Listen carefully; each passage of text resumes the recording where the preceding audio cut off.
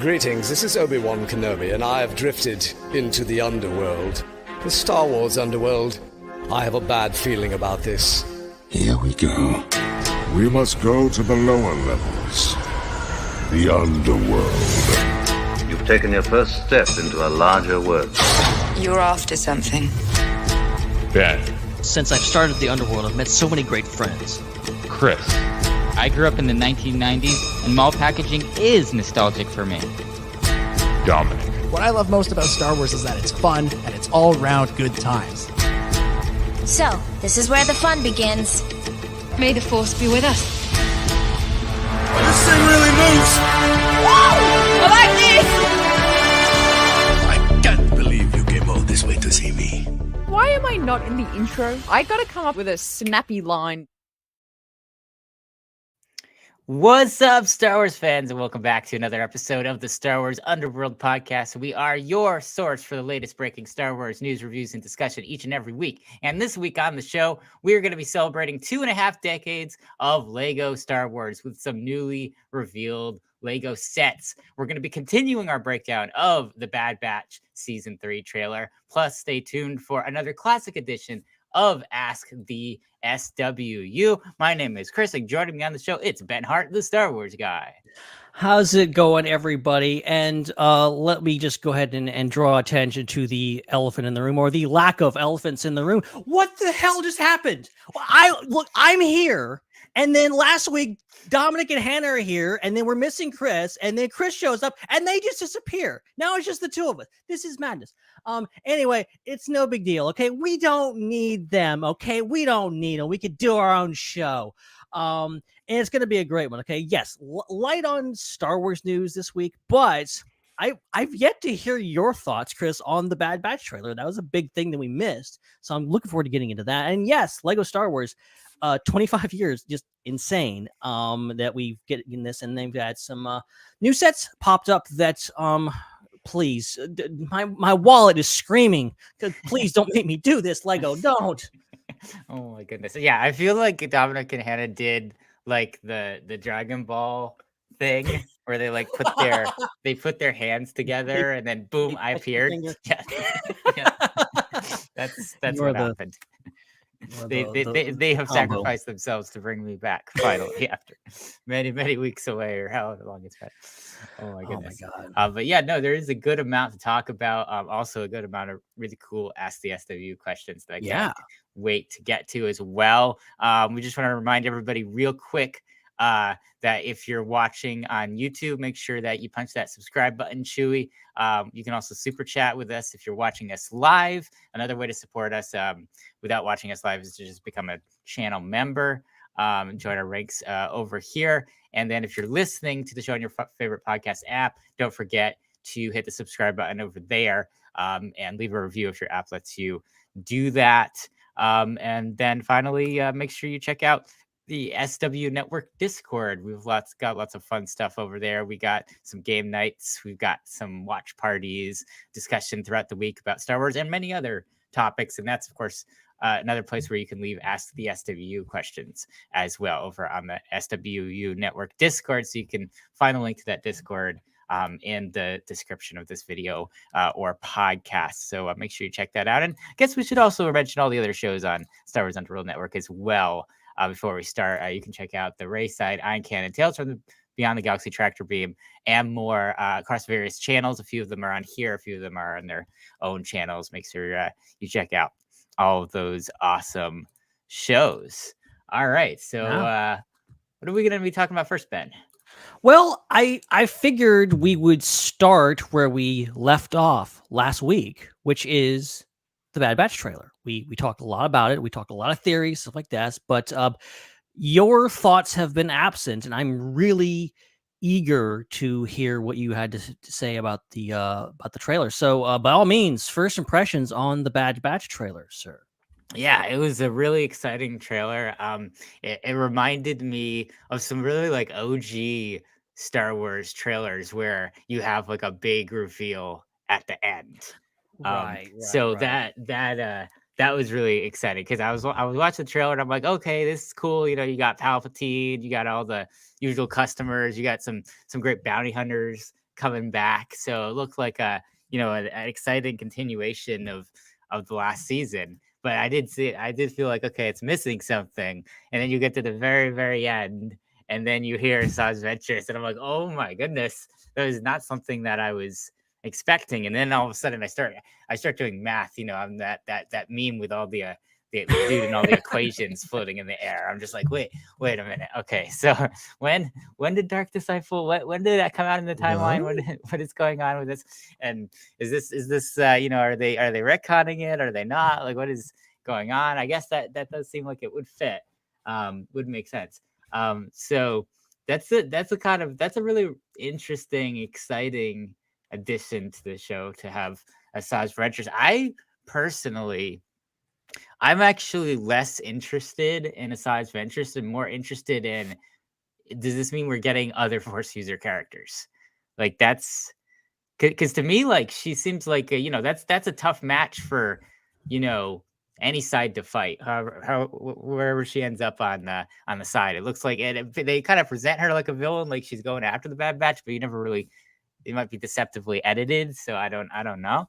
But that seems like we need someone to kind of balance her out one side or the other. So does this mean we're getting like an Inquisitor? Does this mean that we're getting Darth Vader? Or if on the other side, are we getting Ahsoka? Like, what's going on with that? So I think that's what's most intriguing me about this season is, okay, if you've presented one Force sensitive character that's going to be on one side of a fight, then what does that mean? How is that going to get balanced out? So that's what most interests me about what we saw. No, that's an excellent point, because I think it's something we really didn't talk much about last week, is the fact of just like, okay, we're obviously freaked out and bewildered by, okay, how is the Ventress still alive? What is the process for getting back? But now that she's here, and she's seemingly in the show proper, so she's going to be interacting with these characters, we're assuming, based on how the trailer's edited. What is she going to be doing? She has a lightsaber. She's going to be facing off against someone. This is a Star War, mind you. There's going to be a battle or something, probably a lightsaber duel. Who's going to be on the other side of that? Usually there's not a lightsaber wielding villain without a lightsaber wielding hero, or vice versa. We really don't know what side of the coin Ventress will be on. I don't know. Like, people were talking, I think on Twitter, what was it, last week? I saw a conversation about like the fact that the Emperor is seemingly on Tantus and Vader is not there. That the idea that this early after the Clone War, that Vader would have kind of been at Emperor's side, and it's kind of weird that he's not there. And like the ultimate answer to that is just like, well, maybe they just didn't have the budget for the show, or they didn't want to bring Vader in to distract anything or whatever else. Who knows? Who knows what the excuse is? Disney but ultimately, Plus budget? I don't know. Especially with Bad Batch, there seems to be no budget with this show. It just keeps to get better and better and better. But could Ventress face off against Vader? There is beef between Ventress and Anakin. Like, straight up, they don't really like each other. They've never really been things. Last time they met in The Wrong Jedi, they were at each other's throats, literally. So where could that go, or is it something else? I don't know. I'm assuming Ventress is going to be allies. That's why I'm pitting her against like a potential Sith Lord. But maybe that's not the case. Maybe Ventress will be, as presented in the teaser, at least at first, a antagonist, if you will. Yeah. That's very, very fascinating. The thing that I like about this is that they brought all the Force user characters into Star Wars Rebels very, very quickly. And there was kind of some concerns about, taking away from, you almost had multiple plots going on. You had what was going on with all the Force user characters, and then you had what's going on with the Ghost crew. And sometimes it was kind of almost like two different things.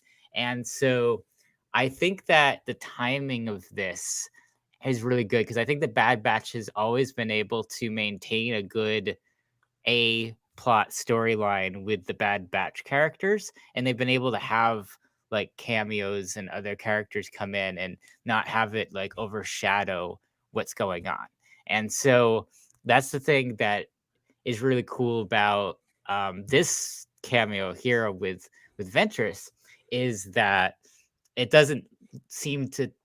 It doesn't look like it's going to take away from the story. It looks like it's just an addition to the story and what's going on. It's not like we're going to have a whole episode just about Ventress and what she's been up to. It seems like she's really much going to be just plugged into the story of the Bad Batch. And I like that. So I think that the show, the balancing of the writing, at least from the little that we've seen of this trailer so far, seems like it's kind of, it seems like it's very well balanced. So that's good. So I guess really the only question is like, at what point in the season is this going to happen? Like, is this going to be like a climactic moment towards the end of the season that everything's going to lead up to? Is this going to be something that's going to like start the season off with a bang, or is it going to be kind of somewhere in the middle as things progresses? It's interesting. Yeah, that is a very good question. Like that would be the only thing that I would be quote unquote worried about with this, is the idea that like, okay, it would make sense bringing in Ventress maybe in season 1 of just like, okay, he's going to be maybe a recurring character, recurring villain. Doing this in the 11th hour of this show, even if it isn't the first episode, it's still the last remaining episodes of the season, is, I don't want to say concerning, but it's just like, it's a question mark. It's like, okay, what are they actually doing here? But I like your analogy with Rebels. I'm just like, Rebels was very methodical with how it used Force users, how it was like, we have Kanan Ezra, and then there's an Inquisitor, and then there's Vader shows up, and they're very quick to like say, Kanan Ezra can't face off against Vader every single week because that's just ridiculous. He would kill them.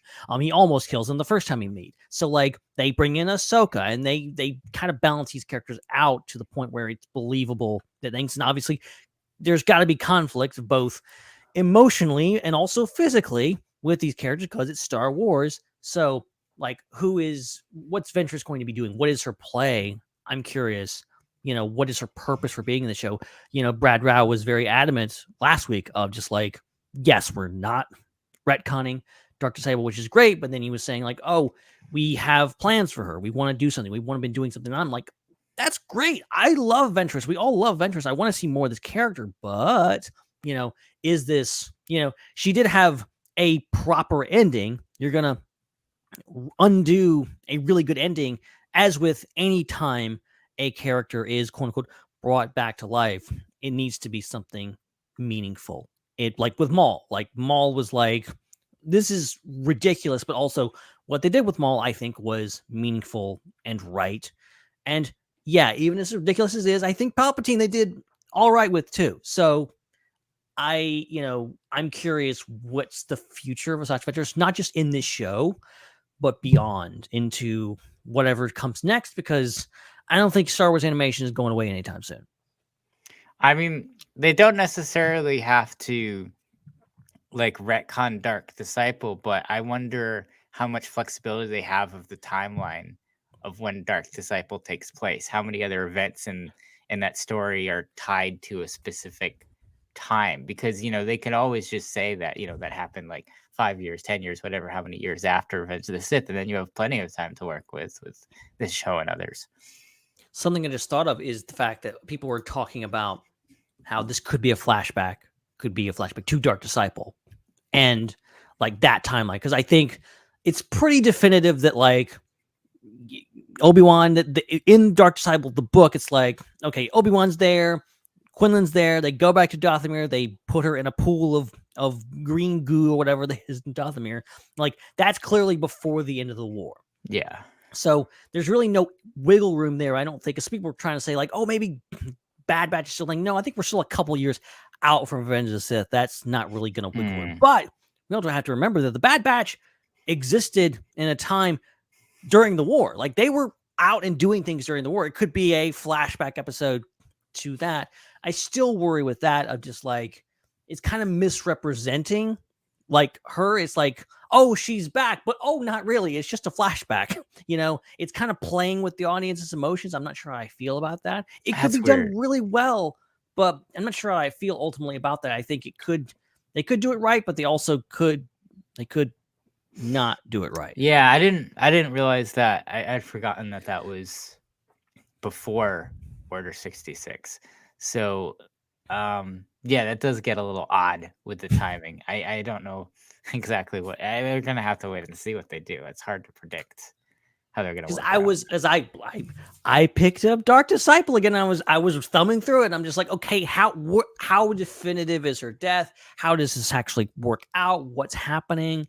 Because people were saying like, oh, there's a hint that she could be alive in the book, and I get that. From the reading of like the last few lines, I could get that reading of just like, yeah, maybe she is, but at the same time, I think the book was pretty definitive in saying like, yeah, she died. She was killed by Dooku, and okay, well, where you go from there? And I mean, I don't know. We talked about it last week, but clones, we're talking, this is a show about cloning. I think that clone might be the best theory, to be honest, at this point, but it really could be anything.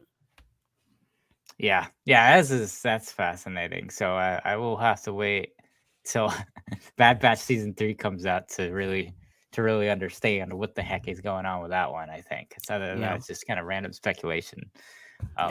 So, but yeah, in general, a really exciting trailer. I really liked the season 2 of the Bad Batch. I think it was one of the best Star Wars things we got last year. So I'm very highly anticipating season 3 and excited to see where they go with the story. Okay. Okay. Interesting. Is there someone lurking in the shadows, perhaps? Sideways? Hello there. Kenobi. Looks like we have a correspondent live from the NHL All-Star Game, because this is a sports podcast now. It is now. Yeah. I said at the end of last week's show I wasn't going to be on, but then I started getting text messages from you guys, and I saw that Hannah wasn't going to be on. So I got better step in and save these two from themselves. So here I am. We need to be saved. Thanks a lot. Thanks a lot for the vote of confidence there. Jeez. Here I am from outside Union Station in Toronto. You can kind of see the CN Tower lost in the clouds back there. And just finished up at day 1 of the NHL All-Star Game. I don't know if you guys are interested in that, but what have we been talking about? What's the big story in Star Wars, man? I didn't look at your show notes. I'm sorry. I wasn't planning on being here. We actually haven't even got to the show notes. We're just catching up on Bad Batch because Chris hasn't talked about it at all. Okay. What's Chris? What was your highlight? What's your highlight that you haven't shared already? Obviously, it's Saw's Ventures, but we're just going back and forth about how the Dark Disciple canon fits and trying to figure out. We're trying to put the pieces together. Yeah. Good luck with that one. I think someone get Brad Rao on the line. Maybe we can sort that out. But otherwise we're guessing. You know what we didn't talk about last week, Ben, that I'm sort of hoping with that is, who wrote the scripts that Dark Disciple is based on? Yes. It's Katie Lucas. And she was someone who was really involved in Star Wars for a few years there, back when her dad was still running the show. Wouldn't it be nice to bring her back? She's kind of vanished off the face of the earth for a while there, gone back to being a private citizen, as if she's a politician. But she's she hasn't been writing Star Wars, hasn't been writing on other shows. I think it'd be kind of sick to have her come back and write the continuation of the Venture story on Bad Batch. And she worked with George, worked with Filoni. Filoni's still involved. Filoni trained up Brad Rao and Jen Corbett and Matt Mishnowitz. So there's 6 degrees or 2 degrees of Kevin Bacon there. We could connect her back to Star Wars. I think that'd be sweet. I think Katie Lucas wrote some of the best episodes of the Clone Wars, including the Night Sisters arc. And I mean, by default, Dark Disciple, even though we didn't see it on screen, it's a great Star Wars book. So yes, bring a Lucas back. He doesn't always have to be George. There's other Lucases that can make Star Wars. That sounds awesome. I think it'd be fun. It's just sort of a fun, full circle kind of moment. And that's what, Bad Batch has given us a lot of those, bring back obscure Clone Wars characters. Why not bring back, not necessarily obscure Clone Wars writers, but Clone Wars writers. And a lot of them have worked on the show, but, I don't know. I just thought of that right now. And I thought we could get that movement going for, I guess this is the last season of Bad Batch, but maybe whatever the next animated show is, we can find a way to I would be curious to know what is Katie Lucas's, what is her opinion on this? She helped mold like the biggest moments in Asajj Ventress's life, and now Ventress is coming back and she's undoing it's not unprecedented for Lucas to bring a character back to life that was previously dead. But does she have the same opinions of her father? Is she okay with Ventress? Because I'm assuming it was going to be the same end for her in those books, in those episodes. Yeah, it's going to be fascinating. We'll see. Anyways, I'm going to bounce because it's really cold out and my hands are cold and I'm not wearing gloves and the hand that I'm using to hold my phone is like starting to hurt. So I'm going to head out. I'm going to leave you guys. Don't burn down the show without me. So far, so good. Try not to. And we'll see everybody next week. Thank you, Dominic. Peace out. Okay, another question I had for you. Okay, we talked a lot about this last week, and I want to get your opinion on this. Tech, dead or alive? He's got to be dead. I feel like all the stuff, all the lead up. The whole point of the last season was to like flesh out his character, make you really like him, and then kill him. Like that was the point. Exactly. Season. So it would totally take away from that. Like, how are we supposed to feel any emotion ever to a character sacrificing themselves if he doesn't die? Like, yeah, that's how I feel. I feel like just ultimately all the emotion that they put, they were clearly setting that up. They were teeing that up through the entirety of season 2, and there's probably see things back in season 1 that we probably didn't catch. They were probably doing that too, but ultimately, I think because there's all the theories and they're fun. It's fun to speculate. Maybe there's a Winter Soldier moment. Maybe there's maybe one of those mass clones is going to end up becoming Tech or B Tech, or someone said, I think a Force Center guys said that what if they clone Tech, but it's not really him. It's a clone, a version of him, but he doesn't have his memories. And I'm like, that's a cool idea, but ultimately kind of flies in the face of like what was established. I think like just ultimately on a scale like this, we don't need any big reveals about characters. Like, yes, okay, bring back Ventress, that's fine. She's been away for 10 years. That's great. But when it comes to like doing it in the next season, that's a bit on the nose. Mm-hmm. Yeah. No, I agree. That would be very strange. Yeah. Did you have any other thoughts on the trailer, highlights or anything? Because there's a lot in there. We all hyper focused on Ventress, but there's a lot in the trailer to love. Yeah, no, the animation looks really good. This is one of the most beautifully animated shows out there. It really both seasons were very impressive, and it continues to look like that. So I'm excited to see. And then I think if I remember correctly, we're getting the first 3 episodes. The first premiere night. 3-episode premiere. Yes. Yeah. So that's exciting that we're gonna get like a whole mini story arc or whatever, at the beginning. So yeah, very exciting. I can't wait to watch this. Yeah, I think it's interesting that we're getting 3-episode premiere, but then only 1 episode finale. Yeah, I noticed that. That confused me. So is that going to be just 1 episode, or is it going to be an extra long episode? Because we got extra long episodes for an episode. Aftermath was an extra long, like a 70-80 minute thing we got for the beginning of season 1, which was great. So I don't know what to expect there, but it's 19 days away. Heck yeah.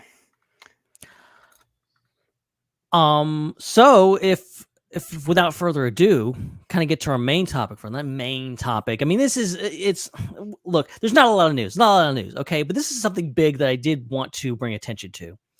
And it's the fact that there has been 25 years since the beginning of Lego Star Wars. And what I mean by that, for those of you who may not be familiar, is in 1999, the same year The Phantom Menace came out, Lego got the license for Star Wars brand. And this was actually, I think that was one of the first branded Legos. Like nowadays, you get any type of Legos you can possibly think of. There's sitcoms, just Seinfeld Lego set. Like it's crazy how many things you can get now. But back in the day, this was kind of unprecedented. And I actually read into this There's a great article, I think it's by brothers-brick.com, and they have a whole outline of the story behind how Lucasfilm and Lego got to work on that and actually got to make that happen. Lego was not a fan.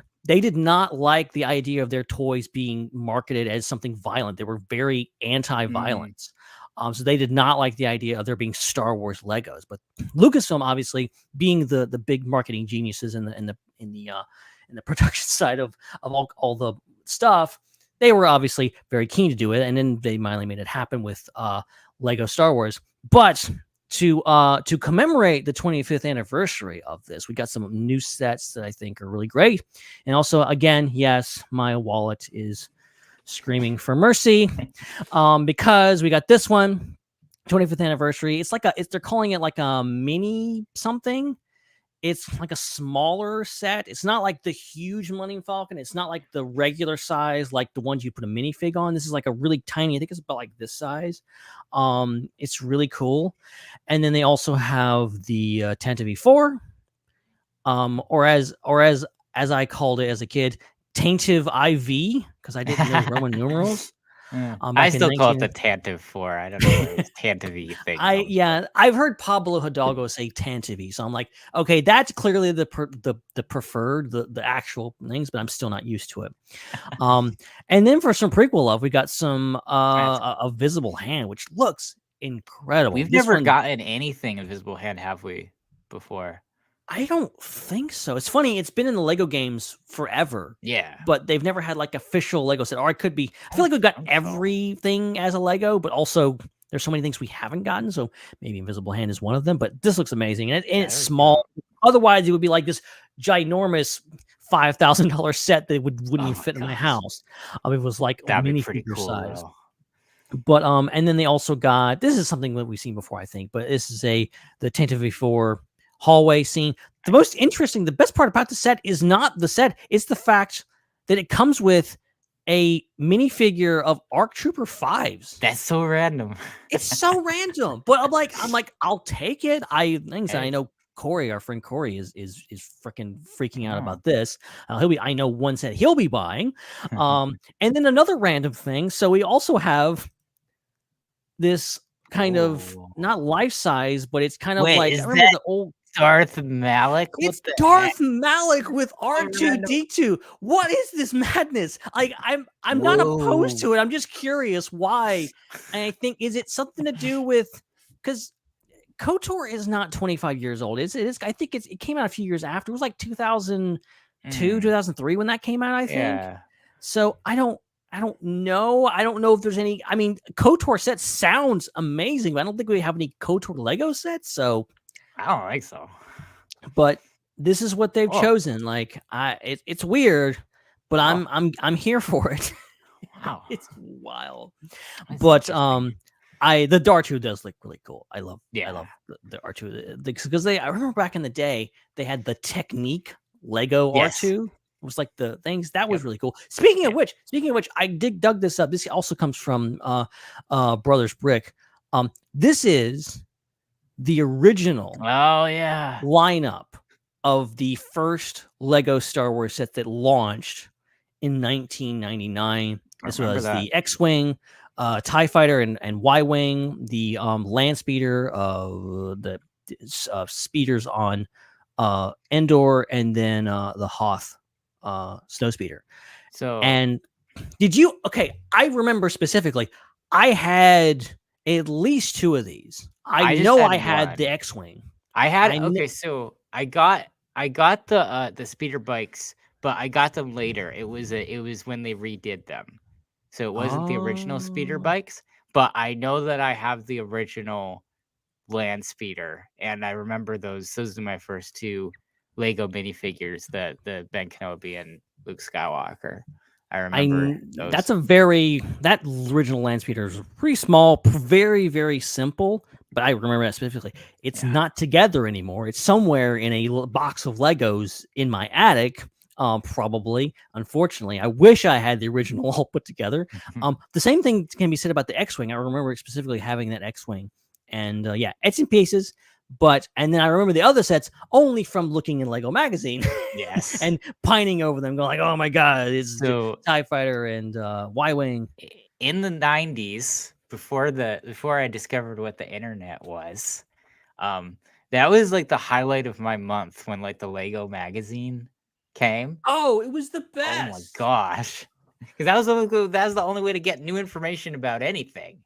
It was like you open it up, it was like something, oh my God, this is something brand new, like a new Lego set, because they're always constant, and they're still doing this. They're still coming out with sets every month. Like, it's crazy. Yeah. So I remember seeing the Star Wars stuff in the Lego magazine for the first time, and I remember seeing all the episode 1 sets revealed, and that was super cool. I ended up with the Anakin's Pod Racer was the set that I got for episode 1. Me too. I got that one. Yeah, it was great. So yeah, I remember that. That was a really fun time. That was awesome. Yeah, that it's wild. A lot of people are like, I remember the third or fourth generation of the Pod Racer or whatever else, because there's so many sets that I think, being that they were so popular, they just kept remaking them, understandably. But it's great to see that these things, and these things are selling for, in the original boxes, for many hundreds of dollars. I'm surprised it's not thousands. I mean, it might be certain depending on the set. I mean, I think it's easy to overestimate it, because it's like this was Lego and it was 1999.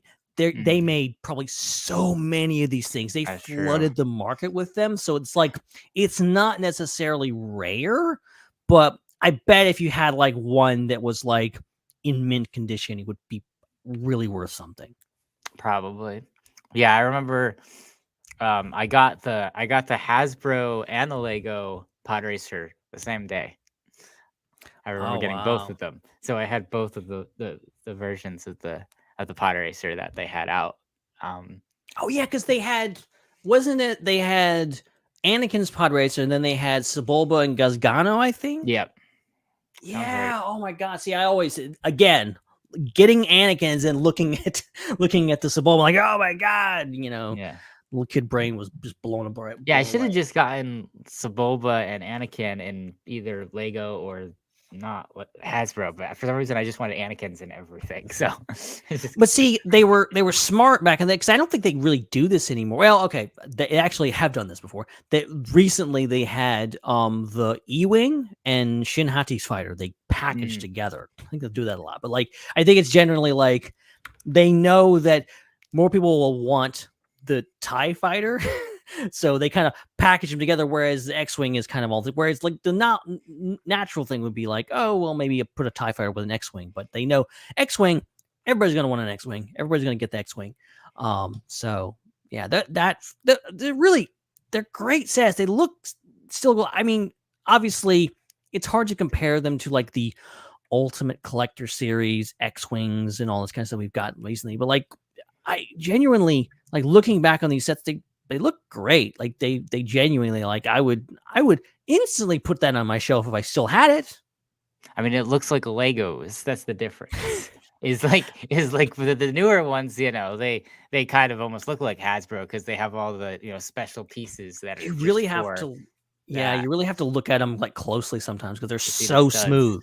But whereas these ones, you look at the the land speeder, and it looks like a block, like it looks like it should. Yeah, exactly. It looks like Legos. It's not supposed to look smooth. It's not supposed to be a like a vehicle. Like I can buy a vehicle, Micro Machines or something these days pretty easily. But yeah, it's just amazing how far they've come, and yeah. So these new sets, as I said. This Falcon looks really good, really, really, really good. That visible hand really is calling my name, and I have to hold myself back. I have to stop. But happy 25th birthday to Lego Star Wars. And we didn't even get like all the Lego games and stuff like that. Like I have so many. Like I think even bigger part of my childhood and a lot of my adulthood is playing those Lego games and stuff like that. And not just the Lego Star Wars, but all of them. But Lego Star Wars is massive. Lego massive, and Star Wars. It's like peanut butter and jelly. Exactly. Freaking exactly. All right. So, next thing. This is a complete left turn, but this is something that was kind of left over from last week, and I wanted to bring up because I actually, it's kind of, I'll frame this in the form of a question. Have we heard this before? Because this is something that I felt like I'd heard it before, but then they reported it as news, and so I had to bring it up.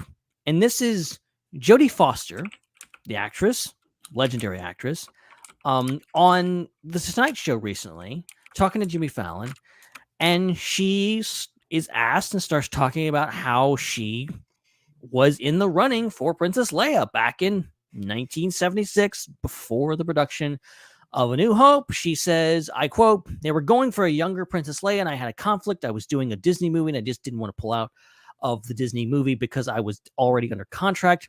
And Carrie did an amazing job. I don't know how good I would have been. I might have had different hair. I might have gone with a pineapple," end quote.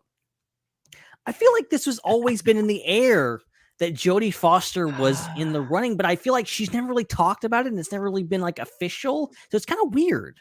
Yeah, I'm trying to think, because it's like I've read so many of those 50 behind the scenes fact articles about the making of Star Wars, and they always they're in there the actors that would have been this character or that character, and I don't remember coming across Jodie Foster being Princess Leia. That's something that this is the first time that I've heard this. When I first saw this, I didn't even know it would be for New Hope. I'm like, was she gonna do a spinoff? What, so I don't know. I think this might be new.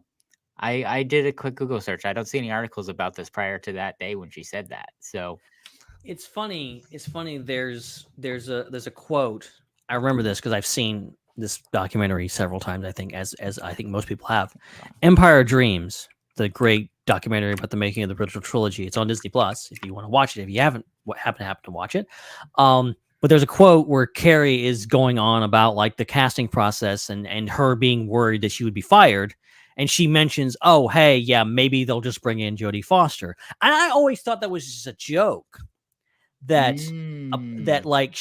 Jodie Foster was just hot stuff at that time and was a big name, and they were going to replace her, even though Carrie was, a big name onto her own. She was practically Hollywood royalty, but I think she was, as anyone would be in that situation, very self-conscious. But it's weird because Carrie was 19, I think, and Jodie Foster was younger than that. Yeah. George Lucas wanted a very young Princess Leia, which kind of plays into what happened with Natalie Portman later on down the line, getting Queen Amidala, who was, mid-teens. Yeah, so, and then there's other stuff that goes into Indiana Jones that I won't even mention because it's so weird, okay? It's so weird, and it's kind of weird. But that's, Jodie Foster is obviously a phenomenal actor. I think she would have done fine. I think I agree with her that I think Carrie was the right choice, but I don't know. We could easily be sitting here in an alternate universe going Carrie Fisher was almost, Princess Leia, but Jodie Foster ended up being. I don't know how it would have worked out, but yeah, it's in all these. I'm always fascinated with alternate castings. Always love, and as much as I love Alec Guinness, I'm like, oh, Toshiro Mifune as Obi-Wan Kenobi, that would have been crazy, so crazy. But ultimately, we got who we got. I think, probably. A New Hope's probably one of the best cast Star Wars movies ever. That's saying something. Yeah. I guess this information was out there because I'm looking at I did a search specifically of older articles. And right. I am seeing stuff here's something from Tumblr from 2015 that lists, this says actress Jodie Foster was offered the Princess Leia role in Star Wars around the time that Freaky Friday was in development. So that must have been the Disney thing she was talking about. Oh, okay.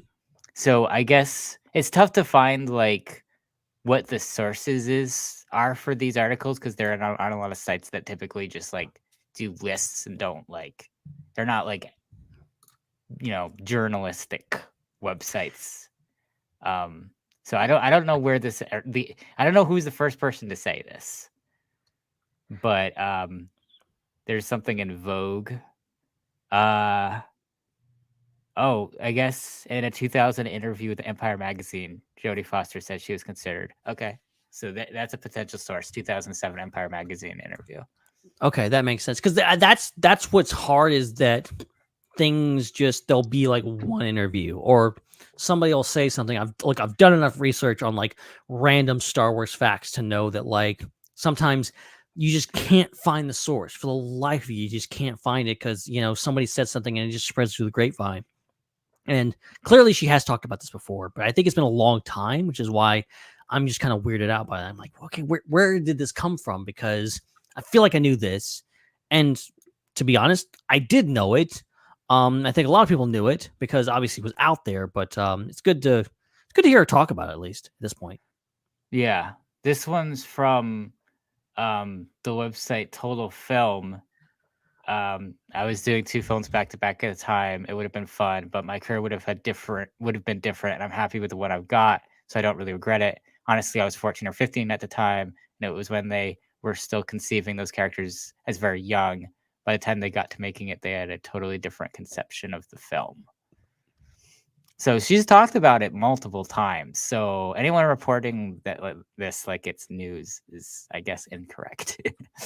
Well, whoops. But I mean, I had forgotten this, or I'd never come across this, which shows you how incredibly deep Star Wars is. That like I can be like reading so many behind the scenes articles about so many random facts, and I either forgot this one or didn't ever come across this little factoid here. Yeah, and then there's a lot of things that like I'll do a did you know on our social medias and stuff like that, and with like facts that I feel like, because I always go for like stuff that like I feel like everybody knows this, but then something that I think most people do know, like a lot of people respond like, hey, I didn't know that. I'm like, okay, well, there's a lot of people new in the fandom that aren't tuned into this stuff like us. Yeah, is this coming up again because of Naiad being nominated for Academy Awards?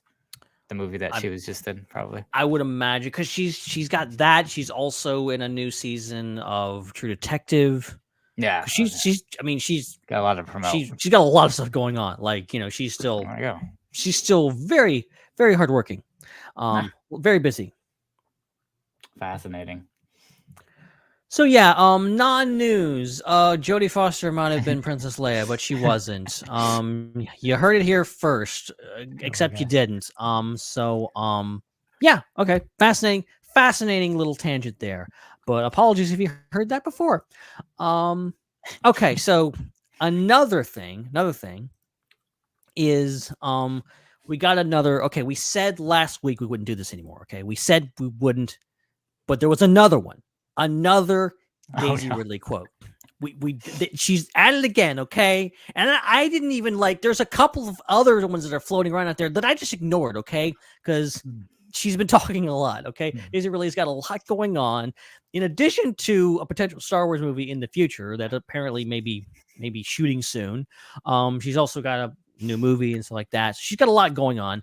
But she was on the Happy, Sad, Confused podcast. And she did have something interesting to say, I think, about just the general reaction to the sequels. And she was specifically talking about The Rise of Skywalker and like just how that movie, because she hasn't really talked a whole lot about like that, the fallout to that. And now she's back in Star Wars, but ultimately what happened. And this is interesting. A quote here. It says, it's still upsetting, speaking about The Rise of Skywalker and the reaction to that. She says, you don't want people to feel like you've not served the thing they're a fan of, but The Last Jedi was so divisive. It felt like the first one, everyone was responsive in the same way. The second one, super divisive. The last one, super divisive. It didn't change how I felt about it, though.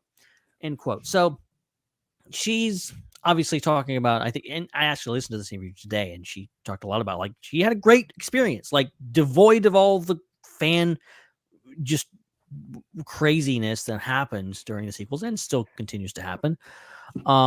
She enjoyed the experience, and I'm glad things and like it sucks. I mean, as a lot of people have said on the online together, and I'll just echo, it's not her fault. Okay, she had a great, she was magnificent through all of it. Okay, my problems with the sequels were never with her, so she has nothing to be ashamed of. And I'm not saying like it's a movie. I'm not saying anybody has to be ashamed of, but stuff happened. Okay, and it does suck. But I feel bad for the actors, like feeling bad for how fans react, because sometimes the fans aren't always right. And even my qualms with the sequels, I'm just like, some people need to chill still. Yeah. It's just good that, she's around for more stuff. Like, unlike some of the other actors that we might not see again. Like, that's good, I suppose. Yeah, I think that's one thing that I've talked about this before, how I recognized, and I'm not saying it excused a lot of stuff that went on back in the 90s and early 2000s with the prequels, but I get like the general unhappiness with being told, okay, you're getting 3 more Star Wars movies, episodes 1, 2, and 3. And then that's it forever. You're never getting a single Star Wars movie for the rest of time. And I understand going into this movies going like, this is it. And then getting disappointed by that. And then having the fallout of that. I get that. Nowadays, it's less so. Nowadays, like, we seem to have an infinite supply of Star Wars. And that's why it seems like people are now more than ever just so bent out of shape about every little thing. I'm just like, just wait 5 minutes. There'll be something else Star Wars that you'll probably like if you didn't like the last thing. Like, it is so bewildering to see people just react. And everyone's entitled to their opinion, but some people obviously take it way too far, and just, it's unfortunate. But I think my takeaway from this is just like, I wasn't the biggest fan of Rise of Skywalker, but I'm glad that she's continuing on, because I feel like Rise of Skywalker wasn't a good ending for her story. I personally think the fact that she's getting more to her story makes me really happy. I mean, that's the big part of it is, for a while, a lot of people thought the prequels were kind of weak and divisive. And one of the things that I think changed that was the Clone Wars. Like, the Clone Wars did such a good job of continuing the stories of the characters from the prequels and making it, like, really diving deep into the psychologies of, like, Obi-Wan and Anakin and Dooku, and then adding so much information about characters that were on screen for such a small amount of time, like all the different Jedi and Commander Cody and all these characters, all the separatist characters that you saw for like 2 seconds, like, and I think that now when we think of the prequels, we think of the Clone Wars and the movies kind of equally. Sure. Like, this prequel era belongs to kind of both of those projects, and I think that was a very good formula to do it. And what really confused me was how they needed, animated shows to go on to Disney XD. And so they rightfully chose a sequel era show in Star Wars Resistance. But that show did not really serve the characters and overall situations of the sequels in the same way that I think the Clone Wars did with the prequels. Like, you had a few cameos here and there with characters, a few references here and there to the events that were happening and such. But it very much was a kind of a side story that, you don't have to necessarily, you can just not watch it, and it doesn't really change your overall perspective of the main characters of the sequels or the situation going on there with the First Order and the Resistance. So I think that if Disney had doubled down on the sequels and just continued making movies and TV shows, live action and animated shows, and continued fleshing out these characters and providing more backstory to the situation that was going on, I think it would have covered up some of the things that were missing in the films, just like some of the things that were missing in the prequels kind of became irrelevant because we got them anyway in the Clone Wars. So I think that's kind of the issue here. So like you said, having another Rey film is only going to help, everybody's perception of that era, is only going to help people's perception of that character, because they're going to have another couple hours to provide exposition for what's going on and provide more character stuff for what's going on with her character. So it's a very good decision, I think, to make this film. It's a good decision to have her be in it, Daisy Ridley, and I think it's the model they should take for more stuff. Like, I think this shouldn't be the only thing that they release in this era or after this era. They got to continue doing that, because otherwise you're just going to end up with those stories kind of shriveling up in a corner. It's going to be a dead end for Star Wars stories, and I don't like that. I don't think they need to do that. Oh yeah, I think that's what the strength of George Lucas was, and that's not to say that like he had his missteps with he bowed to pressure from Phantom Menace. Like people I've heard recently talk about how like Phantom Menace is like a pure movie in the sense it's just George Lucas being George. And then after Attack of the Clones was like definitely a reaction to that. It was, let's take Jar Jar out of this because fans didn't like him, blah, blah, blah, blah, blah. And it was unfortunate. And I think he reacted to a lot of things and like was really genuinely hurt by a lot of things that fans said. Case in point, he sold Star Wars because he didn't want to put up with it anymore. He said as much. But also in other ways, he really did commit to it. He still, to this day, I think if you asked him, who's your favorite Star Wars character? Jar Jar Binks. Like, he loves Jar Jar Binks. He will die on that hill. And for him, I think it was like this thing of the prequels were what they were, and he did what he wanted to do for the most part. But he just said, hey, I'm just going to continue making this story. I'm going to continue telling my story through TV and through animation.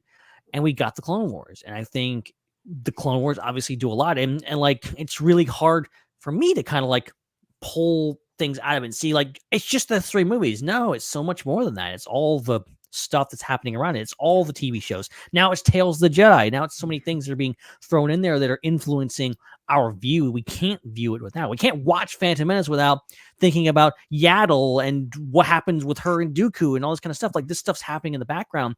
It's there. It's part of our psyche. It's part of the story now. And I think that's one thing that studios generally, like George Lucas, was a storyteller. He was a creator. He was a filmmaker at heart.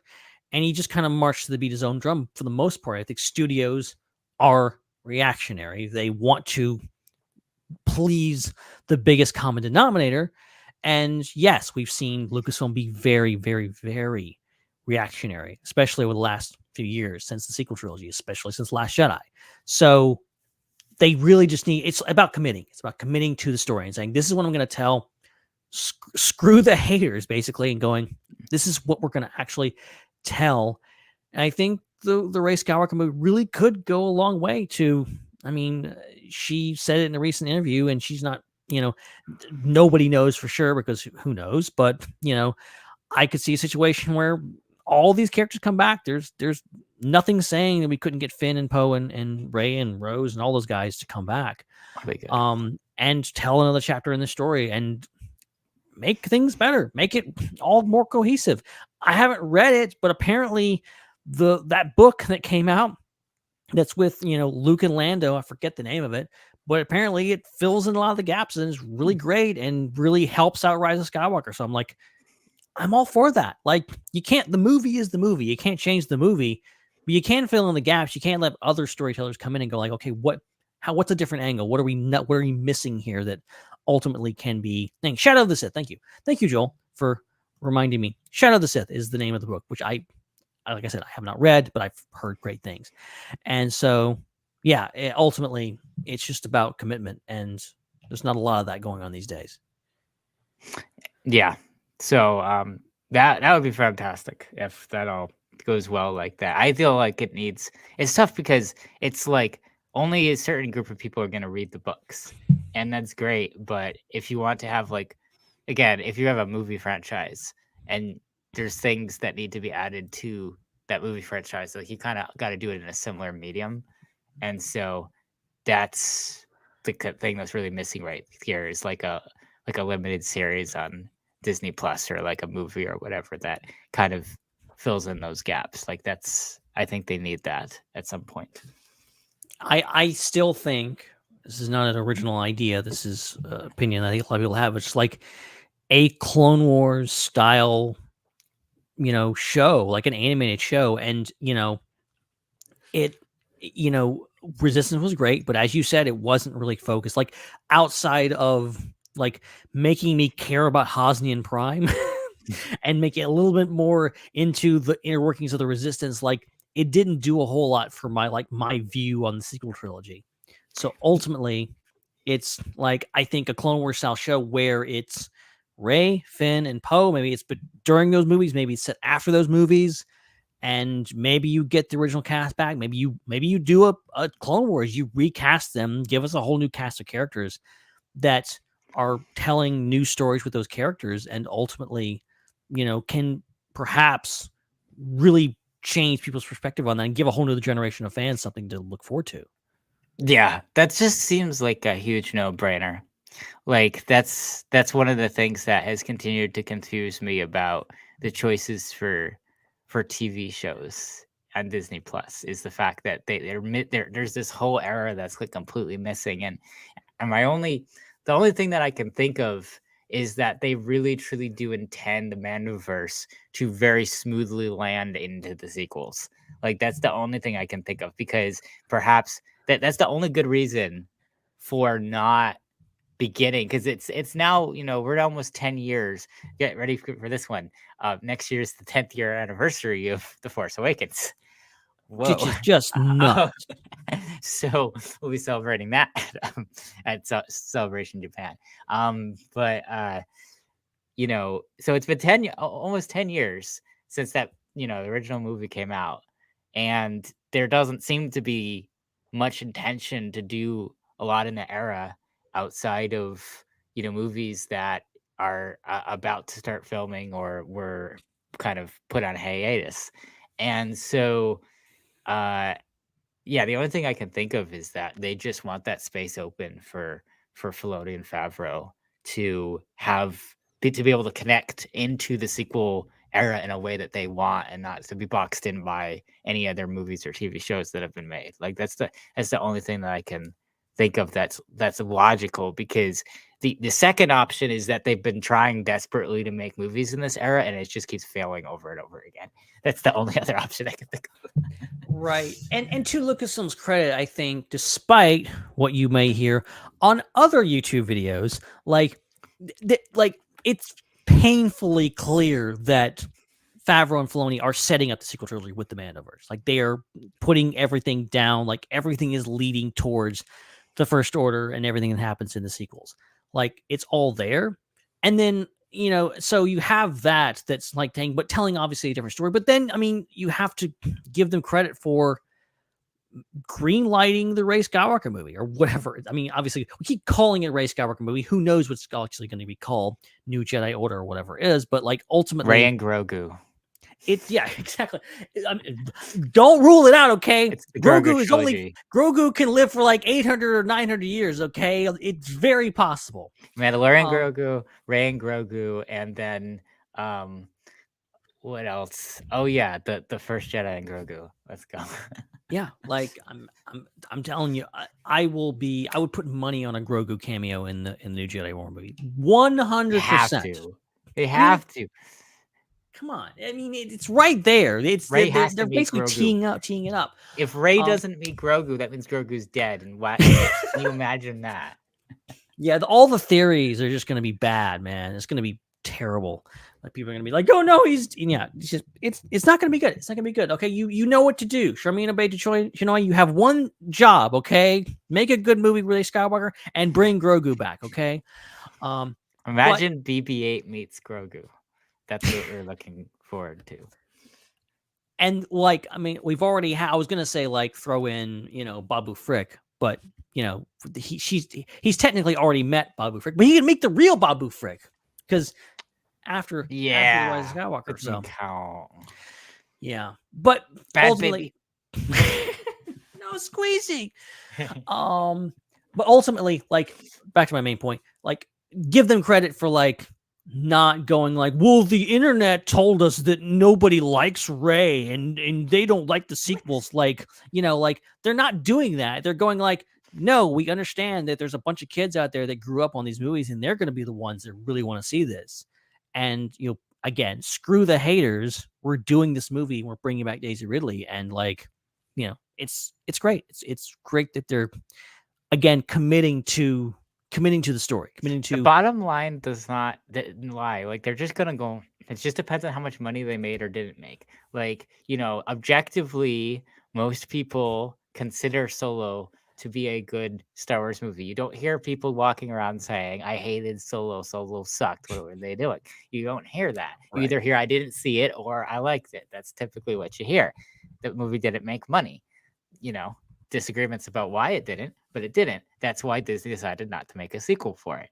The sequel films, episodes 7, 8, and 9, yes, they have a lot of people walk around saying they didn't like them, but they still watched them, and that's what matters. Is they spent money to go watch them, and they watched all 3 of them clearly, and each one made $1 billion-ish. So that's why we're getting a Rey movie, is because all the movies with Rey in it made a lot of money, and there's no reason to think that this one won't. Because if people hate watch it, they're still gonna hate watch it. Yeah, that's the thing. It's like those movies made money, made a ton of money, and you can't discount that. And that's what people just miss. They're just like they just hate it, or like, there's diminishing returns with the movies. It's like the same thing happened with the original trilogy. Like Return of the Jedi didn't make as much as A New Hope. That doesn't mean everyone hated Return of the Jedi. Quite the opposite. So the first one always makes the most. That's the case with all 3 Star Wars trilogies. The first movie of the trilogy made the most because people wanted to see what the new trilogy was about.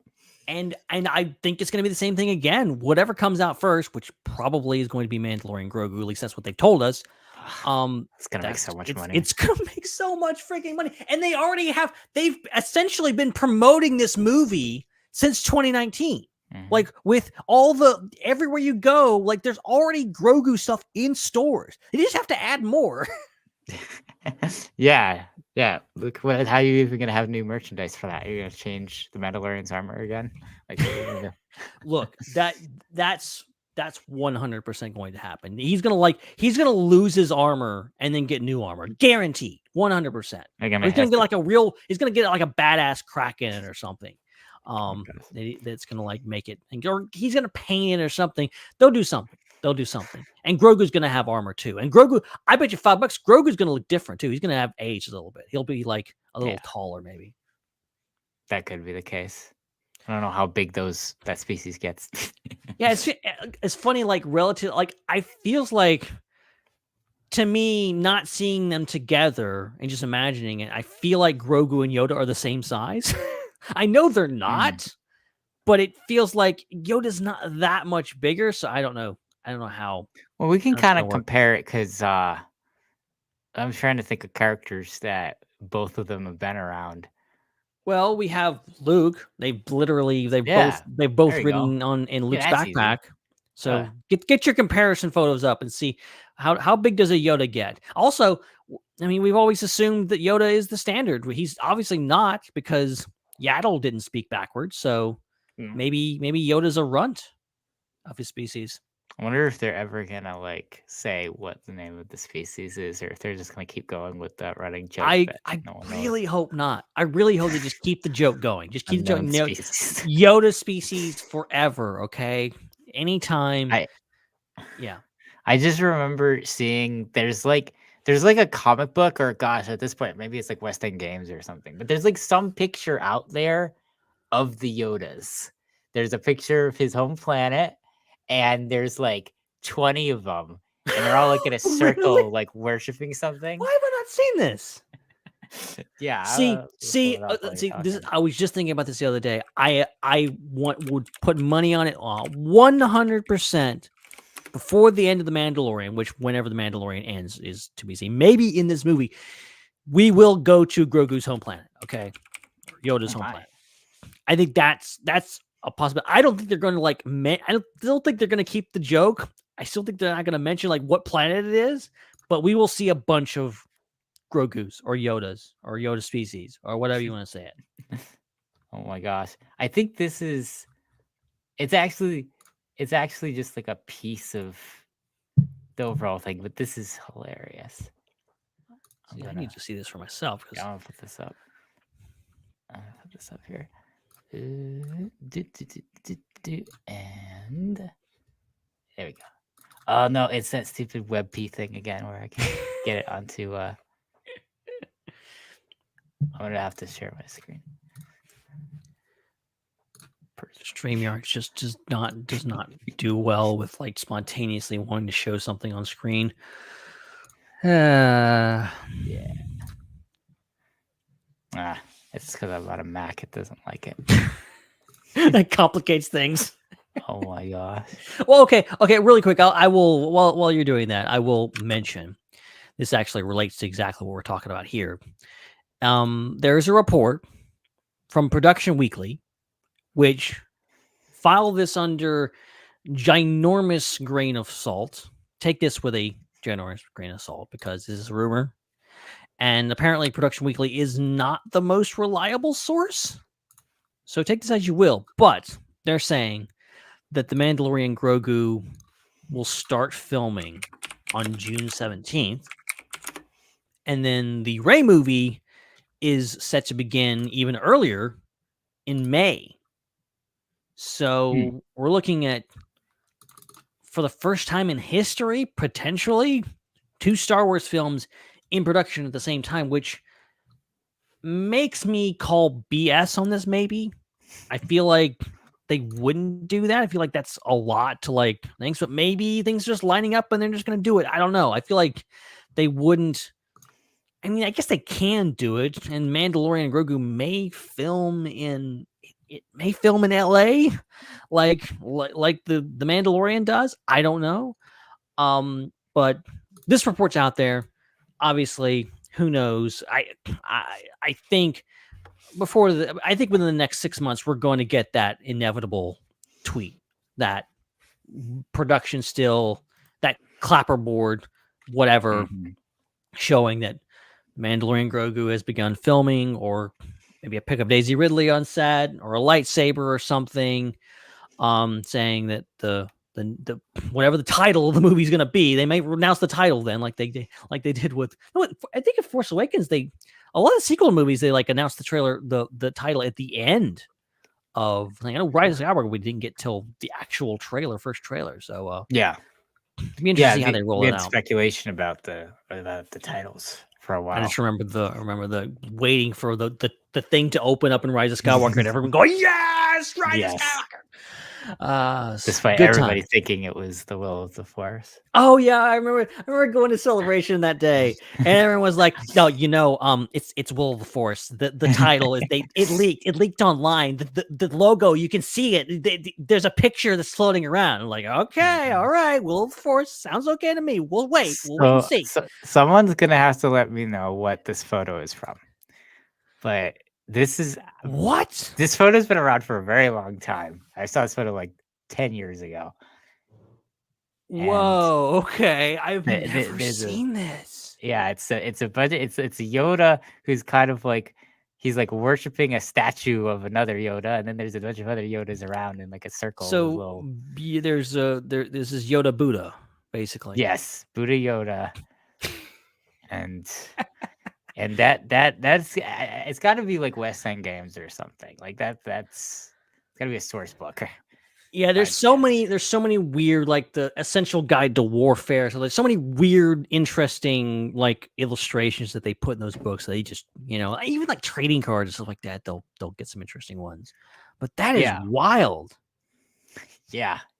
I mean, I know this because it's part of the Wikipedia article for Yoda's species, because as a Star Wars fan, I have definitely been on that article. You have to go. You have to go. It's a rite of passage as a Star Wars fan to go to the Yoda species Wikipedia page. Yeah, it just says members of the species worshiping an idol is the caption, but that seems to have been written by Wikipedia contributors. I don't know what the I don't know what the source is. I wish I knew what the source was for this image. But there's no like. It just says it was added by someone named J Moss. Sometimes it's hard to track down because like they have like the source is usually at the bottom, but then there's a million other sources, especially on something as huge as the Yoda species. So good luck finding it. Yeah, because it's weird because it's like all the whenever they say something in text, they add a citation and then you can look at the citations at the bottom. But there's no citation for the image. So I don't know.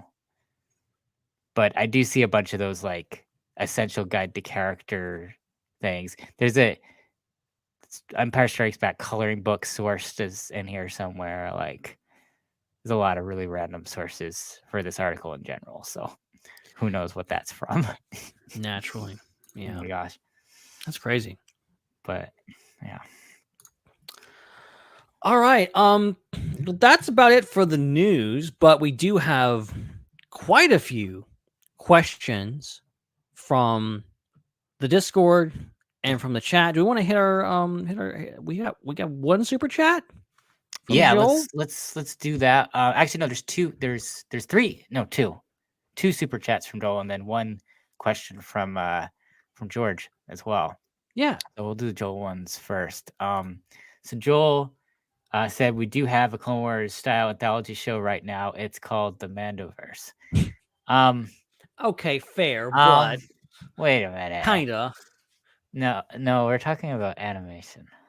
Because with the Mandoverse, you have to do deep faking. And it's controversial. So see, and that's honestly, that's why I can't remember if I said it on this show or other shows. My ideal Ahsoka season 2 or just any other things is do it animated. Do another show animated. Then you can have Luke and Leia and all Han and all these characters, and there's no like weekly controversy of like, oh, he doesn't look quite right. Like it takes all that out of it, and it's just animated. And that's what I love about like just animation in general, Star Wars animations particularly. I'm just like, it's so pure. It's not bogged down by all the stupid discourse of just like this character shows up and this character shows up. It's like they can do anything they want. It's animation. There's no limitations on things. If they want to bring a character back, they'll just bring them back. Maybe they'll voice by the same character, same voice actor. Maybe they're not. It doesn't matter. And I really do want an animated series set in the Mandoverse. Like probably just as much or more than something in the sequel era. Yeah, definitely. I mean, it would be really interesting also to have an actual anthology show because it's like you have a number of series, and each series is kind of like if you put them together, it becomes an anthology. But they're full series, and then Mandalorian has multiple seasons. The other ones, like Book of Boba Fett and Ahsoka, have one so far. I think you could also have an anthology live action show that's a real anthology where it's like one episode might not have anything to do with the other episode. They're just set in the same time frame. Like that would be fascinating too. But that doesn't really fit with the way that television is now. So I don't expect to see that. It's like, and it's also just like a production thing of just like, in animation, you can kind of build, you can build a virtual set, as we know, or like character models or whatever else, costumes, and like you can kind of use them for one episode, and it's not as big of a deal. And like get an actor back. Let's say Tales of the Jedi, you got Corey Burton or whatever else to voice the character again, and it's not as big of a deal. Versus like you're so limited by live action. I'm just like, have to get the actor back, and it's only for 1 or 2 episodes, and then you have to commit like a lot of resources to one episode, and then you're throwing all this stuff away afterwards. You know who does do that though is Black Mirror. Black Mirror does that. Yeah, I've heard it. Yeah, you're right. And in a lot of ways, Doctor Who does that. Like Doctor Who has a lot of standalone type episodes that don't have as much to do with the other ones and have completely different characters and planets and things. So, it's definitely something that is doable if you had a really true live action anthology show. But again, there's other shows are so successful. I don't really see the point of adding it. I don't think we're really missing that. What we are missing is the animated link. We're missing the animated link between the trilogies. Yeah, I think. I mean, like, and you take like, I mean, a lot of the shows, like Doctor Who, Star Trek, like they do a lot of that stuff, but also a lot of it's, the budget starts to show in the production value. Yeah. And like with Doctor Who, you expect that. It's not about, oh my God, it looks amazing. Like Doctor Who now looks amazing because it's so popular and they're throwing millions and millions of dollars at every episode. But back in the day, like I've been watching old David Tennant episodes of Doctor Who, and like, some of it looks great for what it is, but also sometimes it doesn't look so great. And you can clearly tell like they're using this hallway from this thing and they're reusing this hallway from this planet. And like, and it's fine because it's old school Doctor Who. I think Star Wars people are a little more particular, and we've come to accept like, okay, Star Wars TV and Star Wars movies kind of look the same. And I think it would be a huge step down to like go, okay, well, now we're reusing sets and stuff like that. You just have to ignore it. Yeah, Doctor Who has its stuff like the Slovene that kind of very obviously people in Halloween costumes. I mean, that's the majority of Star Trek aliens are just humans in makeup. Like that's it. Like there's that whole, or is the old joke of just like, oh, there's a dog with a horn pasted to its head. Like this is supposed to pass as an alien in the 60s Star Trek, but like that's the best they could do. It was the 1960s on TV. Like they were shoestring budget. That was top of the line sci-fi at the time. Like you can't. It's funny now, but at the time, like it was very serious, and it's just all in buy into that. I think we've in this age, and I was talking the other day, like I think Stranger Things like changed the game in regards to like, okay, this is what TV can look like. This is TV and movies can be one and the same. I think we're in this streaming era where we have such high budget with TV. And I think it's also with, maybe the audience needs to have a bit more reasonable expectations. Not everything's going to is going to be, CGI everywhere and stuff like that. Like it needs to be, TV can look like a TV show sometimes. It's not all about that. Yeah, that makes sense. It's impressive when it's done well. Firefly did a lot for the budget that it had at the time, and that was a testament to that. And then it always goes back to the people that shot the cantina sequence in A New Hope. How the heck did they get away with that? Because we know those costumes did not look great because they were from all the other things that we were mentioning. Yeah, they were for real. But they somehow they're like, you know what? We just need some atmosphere and some smoke and some dark lighting and it looks okay. Well, you can't, see the flaws in. Speaking of fun facts, like I think what was it? I can't remember what it appeared in first, but like Bosk's costume like is in an episode of Doctor Who. Like that's where it came from. I like that. That's what happens in Hollywood. They just reuse stuff. It goes in a warehouse and somebody else picks it up and uses it for this thing, and that's how they do it for every other TV show and movie. That's so great. The other super chat by Joel, I've heard people make the argument that the Clone Wars show itself is reactionary to the prequel films, such as Anakin's characterization, for example. I don't know if I've heard that specific argument before, but I mean, you got to think it might be at least informed. I mean, subconsciously. I'm not sure reactionary is like the best term for it. I think it's just like it's George Lucas and of course other people like coming in and going like, yeah, I want to say more things about this character and add more nuance to his fall. And just like the whole idea of just like with the Naboo arc, the kidnapping the Chancellor and that feeling that distrust with the council, like that's all leading into and making what happens in Revenge of the Sith make a bit more sense in regards to like, okay, why is there so much tension between the council and Anakin? Well, that arc is a pretty good example of that. Yeah, I think so. I think the conception for the Clone Wars show was in 2005, right? That sounds about. It was right around the time that Revenge of the Sith was. I think immediately after Revenge of the Sith they started working on it. I think. Yeah, I mean the only thing that's like, The thing that's kind of interesting to me about that, there's really only one thing that I find odd about all of that, and that is how George Lucas would just go through the process of writing the prequels and then just decide all of a sudden, I want Anakin to have an apprentice. Like that part confuses me. Like everything else makes perfect sense and everything else lines up really, really, really well. But the Ahsoka thing is the one thing that I'm like, that's interesting that he came up with that idea after writing Revenge of the Sith, because he easily could have come up with that idea a few years earlier, or come up with that idea when he was giving I never notes really on thought about that, but you're right. Tartakovsky series.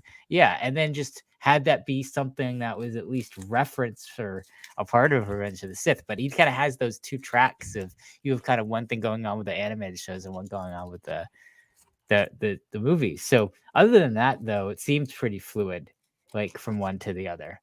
Like the kind of and it does seem a lot of ways like Clone Wars is kind of like, the thing that's weird about it is if George Lucas had done, if he had done the 3D Star Wars The Clone Wars at the same time that he instead had Jendy Tartakovsky do the 2D microseries, it would have meshed the prequels together in such a more interesting way, because you have so much exposition about the Clone Wars and the Clone Wars show. It would have made Revenge of the Sith an extremely different movie. So that's the one thing that kind of confuses me, because there's a lot of things that were in the microseries that ended up being referenced in Revenge of the Sith. Like General Grievous is the big one. General Grievous was introduced in the microseries, and then you see him in live action for the first time in Revenge of the Sith. I think there were some Jedi that had that treatment as well, and a few other things. So I think there was a clone trooper too, if I'm not mistaken. So, yeah, that's the one thing that's kind of odd, is that George Lucas went forth with the Revenge of the Sith, but then instead of making the Bad Batch, decided to go back and redo the microseries as CGI. Like that part to me kind of makes my brain spin, but it obviously was fit together very well by the storytellers, by George Lucas himself, and by Dave Filoni and everybody else who wrote the Clone Wars. They were able to make the story kind of guide back to where it would have been, and by the time you get to Siege of Mandalore, it fits, it makes sense, and you have that supercut that makes sense, and there's no issues with it.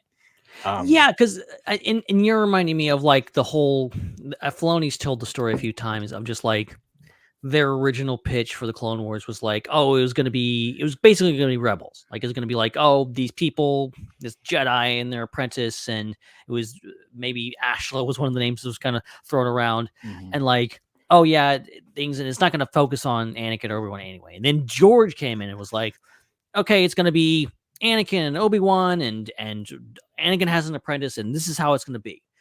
I'm curious, like, how for George, when did Ahsoka enter the equation? Like, for him, like, when was it? Because, like, you know, because you have to wonder, there is an alternate version of the prequels where Ahsoka was introduced somewhere along the line. You know, I don't know where you introduce her. I guess it feels like Revenge of the Sith itself feels like too packed as it is. I'm not sure how you make that movie better by throwing in Ahsoka. I'm not sure that would have been maybe a bridge too far for that movie, unless they just committed to it to being like 3 or 4 hours long, which it probably should have been anyway. So I am curious, you know, obviously we're accustomed to like, oh, Ahsoka came after, but she didn't come that much after. They started working on the Clone Wars pretty often after. So what was that process? And like you're saying, like, he could have easily done something different, could have done something afterwards. He could have done an animated series afterwards on the Jedi. He could have done something with that. Like, he could have gone anywhere, but yet he was still focused on the prequels and being like, okay, I want to keep telling the story. I want to go back and let's start over with the Clone Wars and tell this story, pick up where Genndy left off, basically, and do this thing. And I don't know, it's fascinating.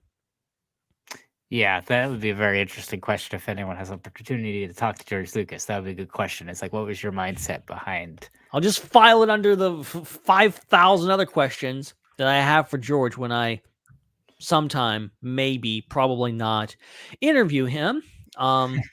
So yeah, great questions all around. So here's a question from George. Question for Ben and Chris. Circling back to the Clone Wars, have either of you seen the Clone Wars Battle of the Heroes fan animation on YouTube? And if you have, what are your thoughts on it? I've been meaning to watch that. I don't think I've seen this. Have you? Okay, so apparently someone completely redid Battle of the Heroes in Clone Wars animation. And I've seen people rave about it, but I have not watched it yet. Huh. That's cool. But you know what? Now that you mention it, George, I will go and I will watch it, and I'll try to give my thoughts on it next week. Very curious how that turns out.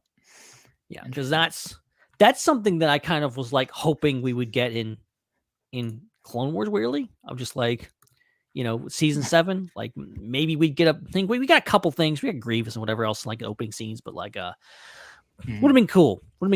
We almost got it. We were pretty much there, but no, not quite. So I guess the leave it to the fans. Yeah. All right, and then looks like we got all of our questions from Discord to get to. Okay. Yeah. So first one's from Wolf Dog. Of the members of the Bad Batch, rank them based on who you like the best. Hey, come on! This is so unfair. I don't know about that. Dang. How do I rank them? I mean, I'll go right there.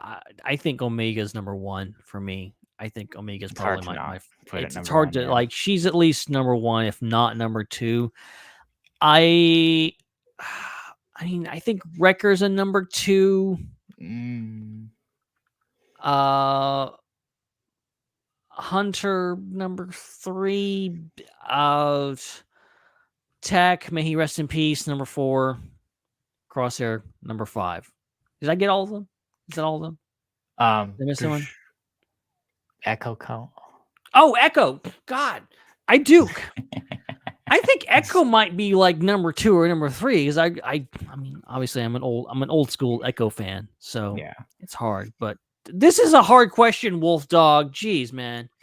Yeah, no, I think I would be really right around where you said, like Omega, Wrecker, Echo. But what about Crosshair? It's Crosshair count. I mean, it's funny. Season 1, I would have ranked him last. I think maybe I still would, but at the same time, interesting though. Those 2 episodes of season 2 really brought him up in the world. So I don't know. It's hard. Like I guess like Omega 1, Echo 2, everyone else at 3. There we go. That makes sense. I still put Wrecker at 2. Wrecker's too fun. Yeah. That's a good choice. All right. Lucky. This is from Lucky Lego. In all the years of Lego Star Wars, what is your favorite and least favorite sets? What is the one set you wish would be remade? Interesting question. Now, favorite set is a hard question. Least favorite set is like really hard because like how do you do that? I don't know. Like I'm gonna like what is there like in the Lego community? I'm sure there's like Lego sets that are like considered the worst. Like was it Google the worst Lego Star Wars sets? Like what comes up? I'm curious because like I can't think of anything. Like my criticism would be like certain sets that like okay, you know what? I have one. I have a least favorite set. The Obi-Wan Kenobi Vader versus Obi-Wan set. Where it's basically, if you've seen this, because I think it's still in storage if you look closely. It's basically just like, it's the quarry that they fight in, and it's got like the droid, and it's got like, maybe Tala is in there, and it's just like a base. Like there's no like real features on it. I always thought it was like a really weird set. I'm just like, usually there's something to it, but it's just like, oh, it's just sand. It's just a sand base, and there's nothing really to it. It's just like, it's cool. Like, if someone gave it to me, I would build it and I'd be happy, but I'm not gonna buy it for myself. Yeah. I mean, my favorite set has to be the Slave one, not the first one, the second one. The first one's okay. The second one, though, was really good. There's been a bunch of Slaves one, hasn't there? Yeah, there's probably more Boba Fett after Starship. Excuse me. There's probably more fire bolts or whatever they call them now. Right. But the second, I think it was the second one that I liked that came out, and like I think it came out in the 30th anniversary, I think. See, I'm looking at my collection now. I'm trying to see. Pick one. Okay, I got one. This thing right here. Oh, yeah, that's pretty cool. Incredible. Like, it surprised me. Like, because it's even bigger than I expected. For the record, for those people listening, I'm holding up the N1 Mando's Ed1 thing, which is a pretty recent set. It's so cool. It's so good. It's so good. And I mean, it's hard to, like, I think a lot of most modern sets are really, really nice. So and like some of them still have the Lego bits on them. They're not all, there's some of them are still a little bit angular, which I appreciate. Yeah. Gosh, yeah, there's so many Boba Fett starships. I don't know which one it was that I had. There's even a tiny one recently. There's a little teeny tiny one they just recently released. I think it's the one. I think the one that I like was the one that came out in like 2008-ish. I think I had one that probably came out in early 2000s. I think it was one of the first ones. I have that one too, the original one. That was not as good though. Yeah. But they've made some good ones of those. Yeah, continually. I mean, obviously, pretty popular set. They wouldn't keep remaking it, I suppose. But I mean, as far as like a set, I wish they remake. I don't. Oh gosh, know. They should make the. They should remake the Gungan sub. They should remake that. I'm thinking of like, because I'm trying to think of like a really old school design that they have not gone back to, but I feel like most of them they have. I'm sure I'm completely wrong because I'm not in the Lego community at all. Like, very casual observer, but I feel like most of the big sets have like been remade a lot. Like from the mini sets to all the way to the UCS ones, which are incredible, obviously. Yeah. Did they ever make a Naboo starship? Like not the Starfighter. That's a good starship. That's a good question. Because all the ones that I'm looking up, they look fan made. Lego Naboo starship. This is the show, guys. I was just googling stuff and figuring out what's things. Kind of shocked they wouldn't have made that. No, I don't think they have. No, because I'm looking online. Yeah. There's a lot of Naboo starfighters. Yeah, but no, and obviously like there's one in the. I think there's a big one at Legoland. Yeah, I've seen that. Yeah, that's kind of a surprising one that they haven't made. Because even Hasbro made that. Yeah. That one's, they should do that. Wild. Wait, no, what is this? Set 7090. Royal Starship. Is this fan made or is this real? Why don't you show it on screen? I'm sorry. Wait a minute. When I typed that, I came up with castle. This must be fake. No, that's fake. No, that's too blocky looking. I saw that picture. That's not shaped right. That's somebody's pulling my leg. That's fake. How dare you? Yeah, no, the real set 7090 is from Lego Castle. Okay, that makes sense. It's like a little cannon. Wow. Yeah, that's what they Okay. need to do. They need to make that. It's shocking that they've never made that.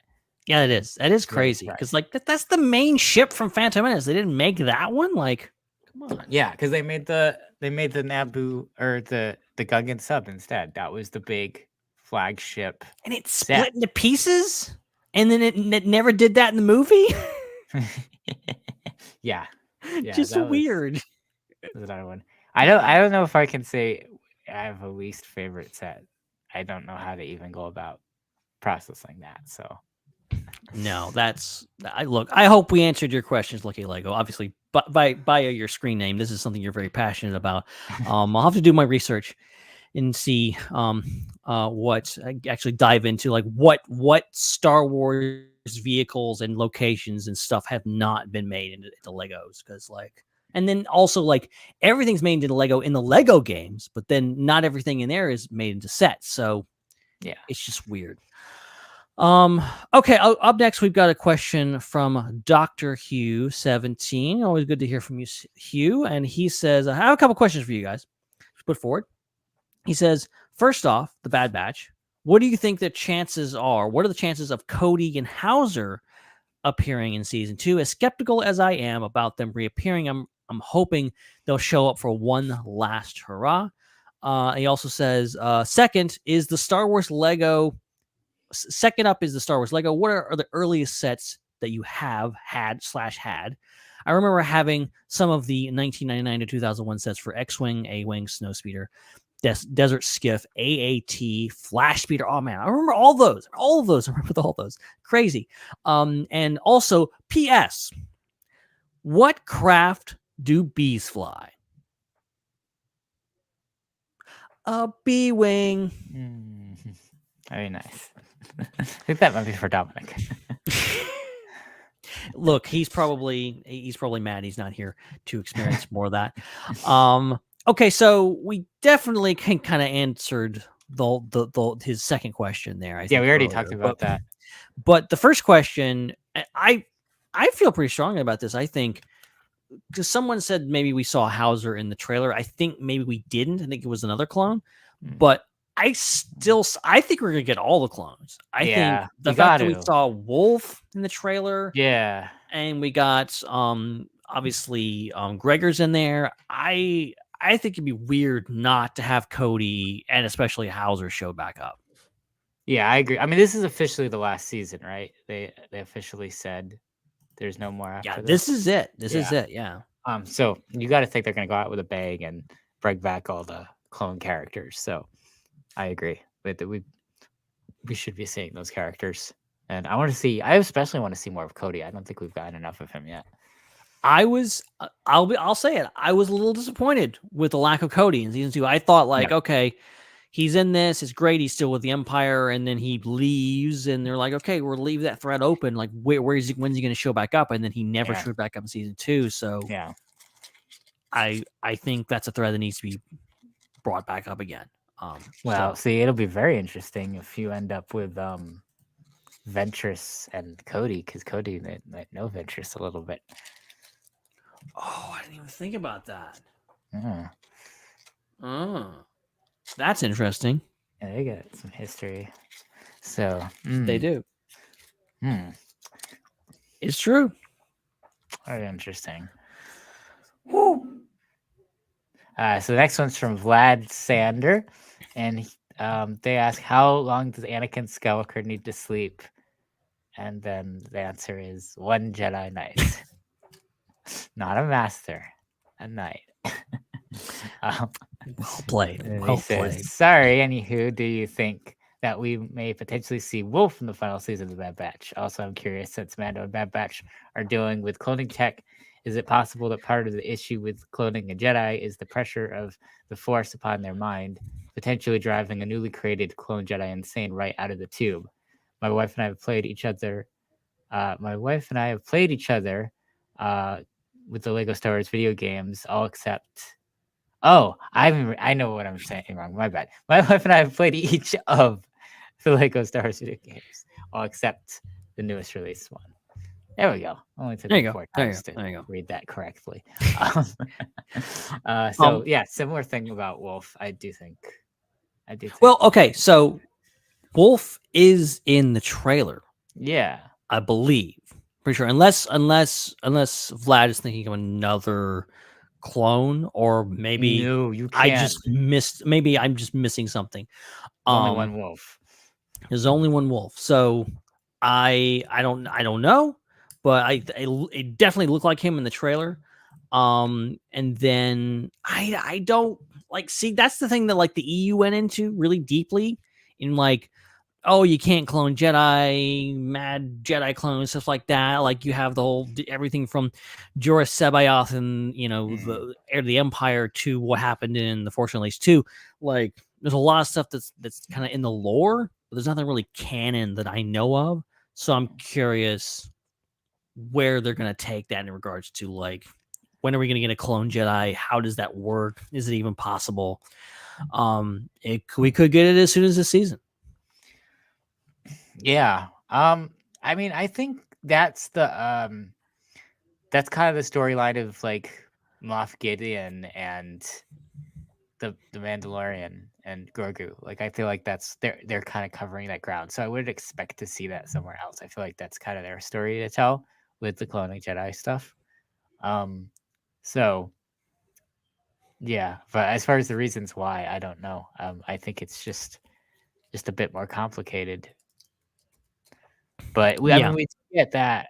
I mean, technically speaking, we get a lot of stuff like that in the sequels that just it wasn't fully fleshed out. So eventually, it kind of sort of works. So yeah. I mean, well, we won't know. I mean, seriously, I feel like that's a lot to tackle in the last season. It's like, oh, clone Jedi and all this kind of stuff, clone Force users. Even though we kind of know where that's going. I don't see Zillo Beast. That's what again, another lost thread that was brought up in season 2, but then like still need some resolution there. So yeah, I don't know where we're going with that, but it's very interesting, and who knows in the near future. Okay, next question. This isn't really a question. Who is Amnoig 1138? This is recognize this user. Yeah, I have no idea who this is. Okay, Matt. It's he says, I tried thinking of a weekly troll question, but all I've got is asking people for money so I can buy that UCS Venator, which is not an appropriate use of the IOP budget. And then Hugh replied, if IOP are willing to open up branches in other parts of the world and theoretically expand their budget that way, it will be appropriate. So, look, I have something to say about this. Look, I am all for using Star Wars Underworld Network funds to buy the UCS Venator. Look, I'm all for it. But I just know that everyone on staff will end up hating me because I will buy it and I will put it, it'll be in my background, and then everyone else will not have it in their house and they'll hate me for it. So I think probably the best thing to do is just not buy it and maybe focus on the next IHOP gig.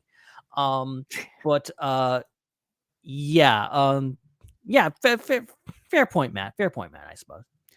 How is I'm looking at the prices. Like some of these sets are getting close to $1,000. What is like? How much does the UCS? That's not actually that bad. That's only $650. It really isn't. I mean, it's huge. Like it's a massive set. It's $650 American. Like it's huge though. Cool. This is a really cool set, and you can put the minifigures in it. Oh my gosh. Yeah, like it's wow. It's fully detailed. It comes with a little Yularen. Isn't that cute? Yeah, I think somebody put like Ahsoka in it. That's from a different set though. There's a lot you could do with that though. Oh, it comes with Rex and the Yularen, I think. Yeah. There's too many figures with it. Yeah, okay. Rex and Yularen. And I think it's a little mini, like a scale gunship going into the hangar there. Yeah. That's cool. That's a pretty cool This is where we're at with the show. We're just fawning over this stupid UCS Ultimate Collector Series Venator Star Destroyer. The UCS Falcon and AT-AT they're up to $850 on the Lego website. It's you get to the point where you can buy a car. You can buy like a whole car. You can buy it. Might not run. You can buy a car with this. Oh man, that's amazing. Yeah, and to think like there's people out there that have multiples of these. Like where I don't know, man. I can't. You have multiple AT-ATs. Can't even fathom it. You need to have like 5 of them. Oh my gosh. Here's a Discord question from Joel. Is Padme underdeveloped in The Phantom Menace? A bit of a sequel question to who is the main character in Phantom Menace from years ago. But if Padme could be considered as the primary protagonist of the movie, why do you think it's hard to figure that one out? As someone who loves The Phantom Menace quite a lot, I too find myself struggling at times, remembering she's the main character, and feel often we don't get enough inside her head or have enough moments of things from her perspective, and that she gets lost in the shuffle a bit. What do you think? Is Padme underdeveloped in episode 1, and that's why it's hard to think at first that she's the main protagonist? Love to hear your thoughts. Okay, where is this Padme as the protagonist of Phantom Menace coming from? Where is that coming from? I feel like this is a really old bit we used to do or something. Like this is an old question that's like who, I mean, obviously like the whole thing is like who's the hero, who's the actual protagonist of the Phantom Menace? Because then like some people think it's Anakin, some people think it's Qui-Gon, some people think it's Padme. I think some of us have said like it's definitely Padme, and I kind of agree with that. But also kind of not. I don't know. Obviously, like it's hard to like pin down her development because like she's essentially 2 different characters. Like she's, you're not even given the full picture of like who she is and like her entire character until the end of the movie, because you think she's a handmaiden and then maybe she's the queen and all this kind of stuff. It's a big twist. So it's Qui-Gon. It has to be Qui-Gon. Like, I don't understand. Like, and he dies, but like, because the point of like a protagonist character is like everything's kind of from that character's perspective, and everybody else, you're seeing the entire movie from Qui-Gon's perspective. From what I can. It's a fair point, yeah. Like, he's one of the first characters on screen. He's the one that's making the decisions and driving the plot forward from the Trade Federation ship down to Naboo. He's the one that decides to pick up Jar Jar. He's the one that decides to pick up Anakin. He's the one that's going that Darth Maul is kind of after. Padme,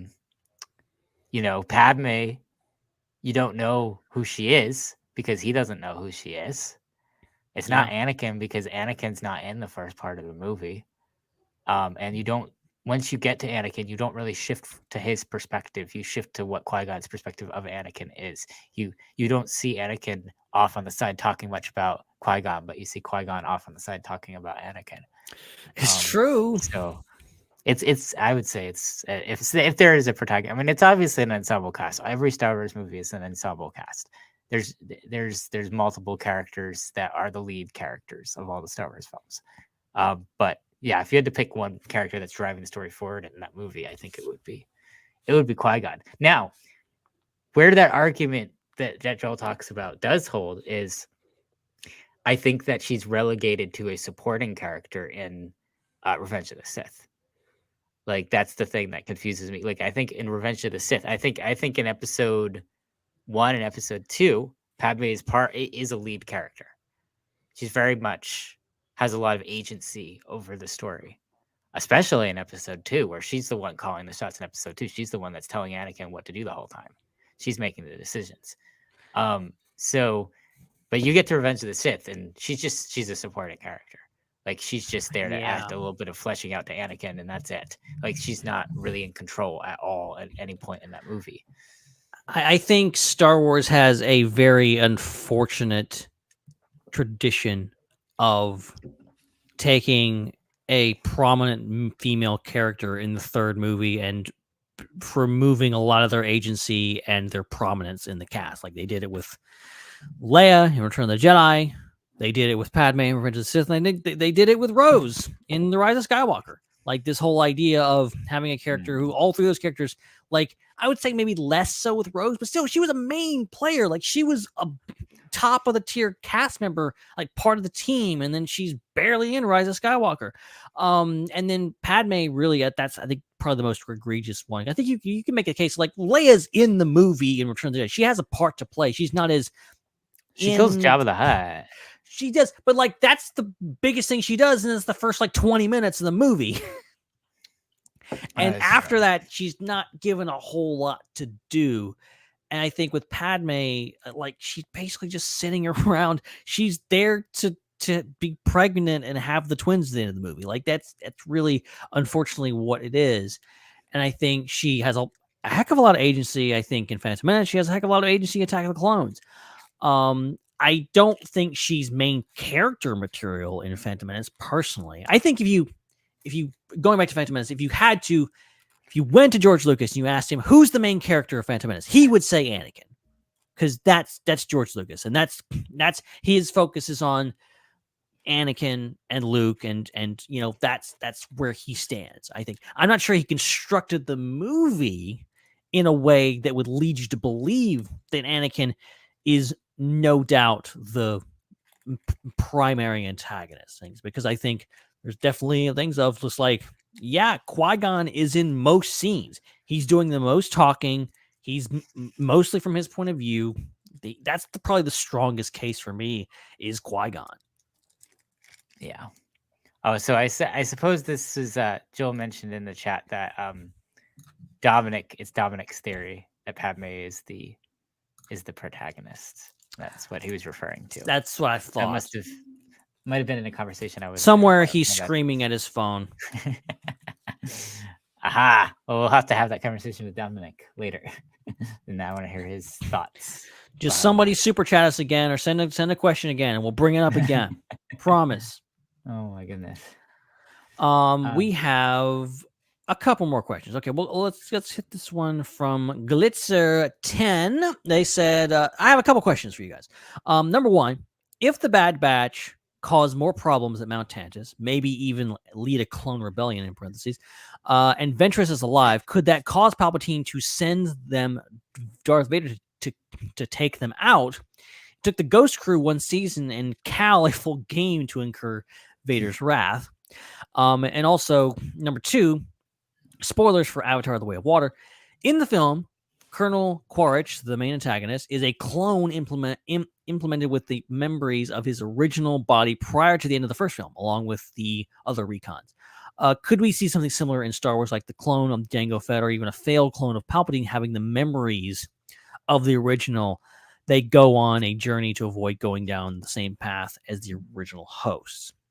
So, okay, first question. I kind of mentioned it earlier, like, is Vader going to be a presence? I say no. I think Vader would be a distraction at this point, but it also brings us back to the original question we had earlier, which is like, who's Ventress going to fight? Vader would be a things, but also I'm like, this is the Bad Batch. I don't want too much distracting, like what the Bad Batch are capable of, and they're no match for Vader. So, I mean, Vader tends to show up when the Inquisitors fail. Like, you know, he mentioned the Ghost Crew.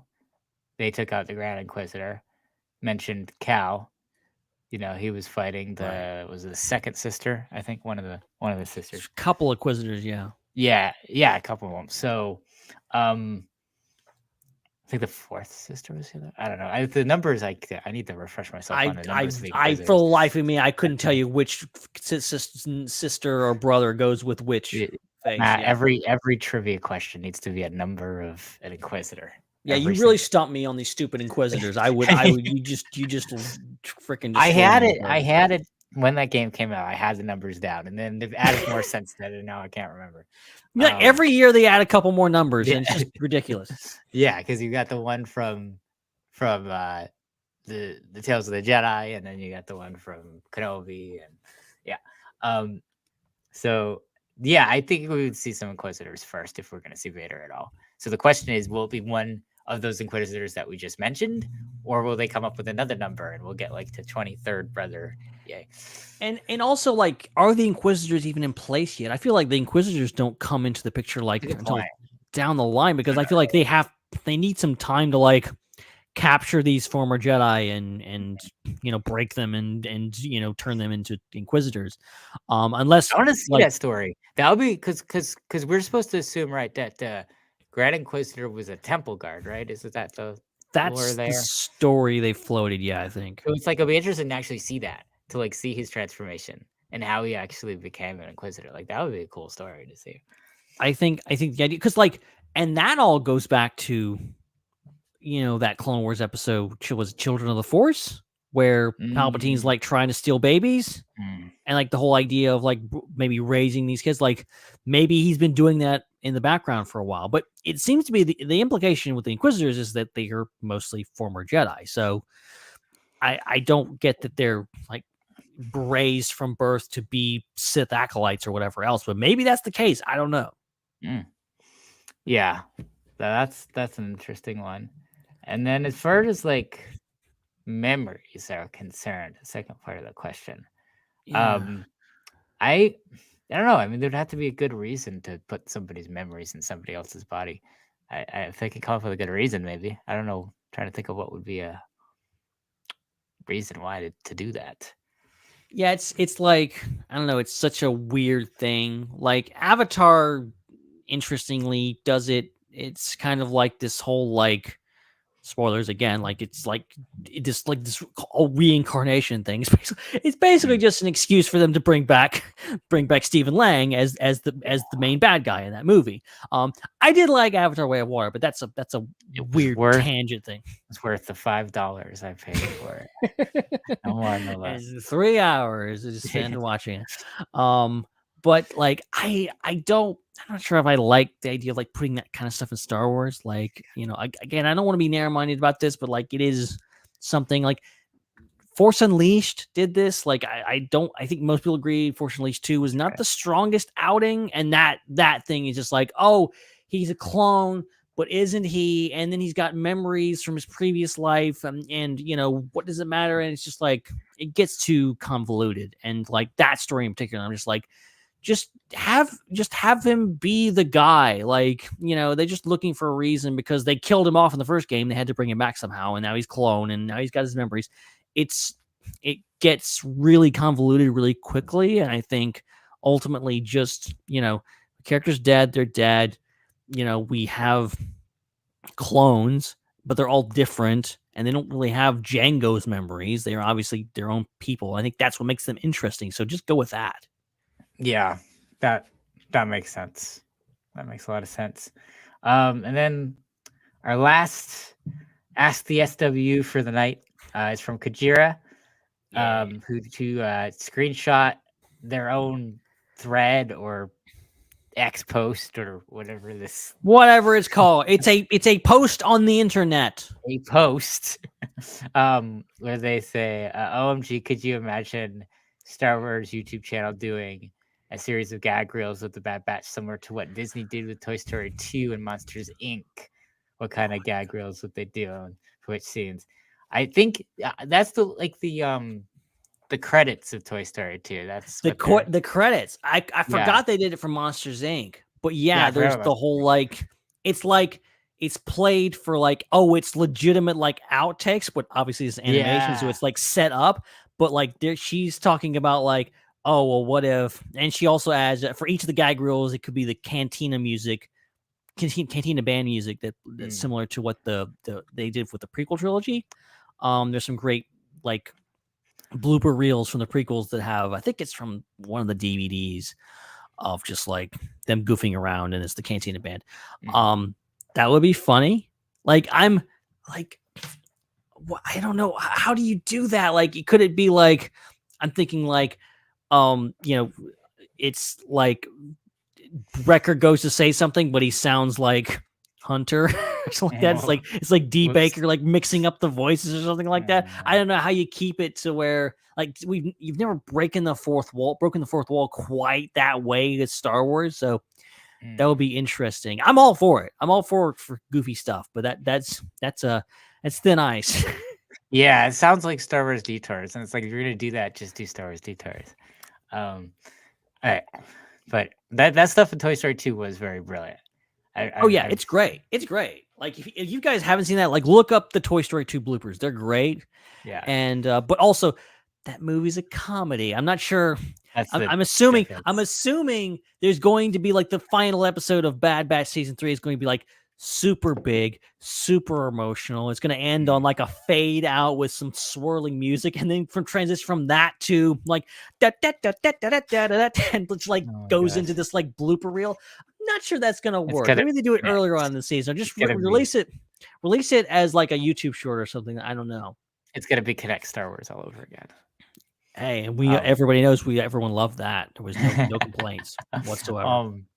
That reminds me though, they did that that was Star Wars Rebels, right? They had YouTube shorts for that were that was the first Rebels we ever saw. Was the little short, not shorts like they have on YouTube now. The vertical videos, actual short little videos, like little mini episodes of Rebels that were the first things. There was one with Ezra. There was one with Zeb fighting stormtroopers around the thing. There was one with Kanan and Hera. Maybe one with Sabine. Yeah. So I wish we could do more of that stuff. It was fun. Yeah, that would be cool to get more stuff like that. That would be cool because it seems like there's kind of two worlds out there where you have all the stuff on Disney Plus and then all the stuff on YouTube is more on the kind of young kids style stuff that they've been doing with multiple series. Where all the comments are turned off because you can't trust the internet. Oh, geez. Yeah. So it'll be interesting to see some cohesion of the same series and same animation style between the platforms. Like that would be interesting to see that again. Yeah, I'm all for it. Bloopers or no bloopers, I'll take it. That's right. Well, I think that's the last the SWU that we got. We had a lot of questions tonight. That was great, guys. Like great questions there. So let's see here. So that'll, I think, conclude things for this episode of the Star Wars Underworld Podcast. I want to thank everybody so much for watching and for listening. Reminder that you can follow us on social media at the SWU. That is most definitely where you can follow us on Threads at the SWU. Check it out. Ben, thank you so much for hosting tonight, doing the job of three people. This was a pleasure as always. A lot of fun. I didn't think we'd go this long, to be honest. I thought we had so few. We didn't have a trailer or anything. I'm like, it's gonna be a quick episode, no big deal. And then we're just normal things. I guess I always underestimate these things. But yeah, it was a lot of fun. And I mean, who the heck knows what's gonna happen next week? I'm hoping we can all four get in the studio next week. I'm hoping we can all finally get together and talk about something, even if we don't have anything to talk about. Yeah, this was a lot of fun. And if for some reason you want to hear more of me, you can find me at my other podcast, IPC. We did 2 episodes, technically last month, but technically the next one will come out this month. And we talked about our top 5 most anticipated films of the new year, and a bunch of other stuff. And then we didn't have enough time, so we decided to do a bonus episode where we talked about Marvel's Echo and our top 5 most anticipated television shows of things. So be on the lookout for that coming out later this weekend. And obviously a lot of Star Wars talk because, there's a lot of Star Wars shows coming up this year. So that was a lot of fun. So definitely go check that out at IPC Podcast on all social medias. Check that out and check Ben out on social media at Ben Hart with no E. See, that would be like the easiest challenge for you. If someone came up to you and said, "I got a challenge. You just got to talk about Star Wars for 2 hours. That's it." No, can't say no. I just can't do it. There's nothing to talk about. I mean, I could analyze the card backs of Power of the Force figures for 2 hours. So. I could talk about all of the information we learned about Mustafar from 1995.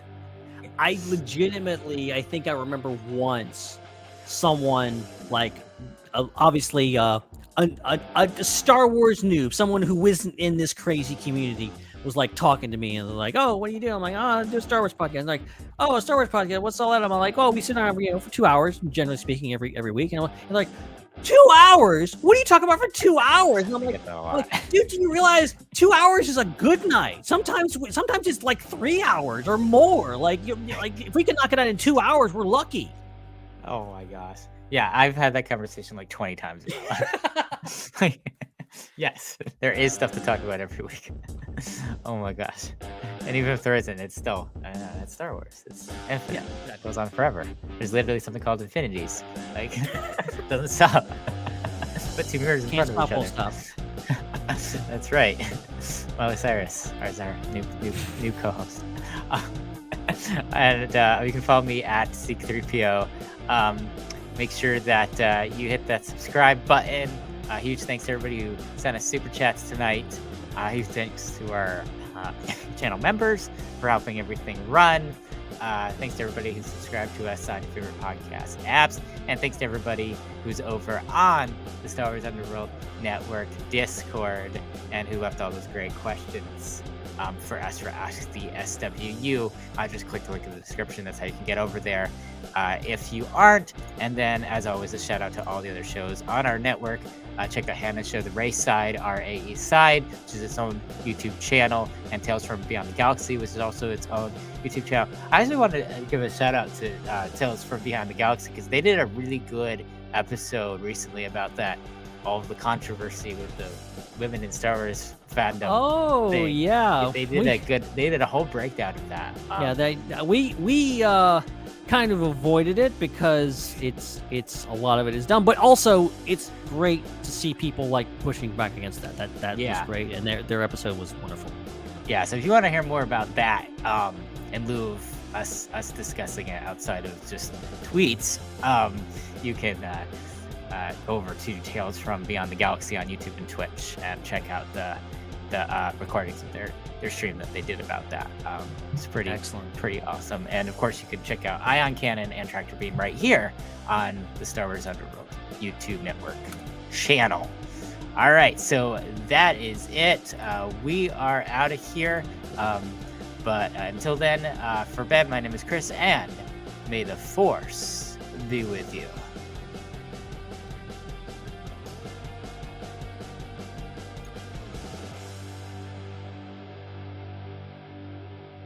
It's a wrap.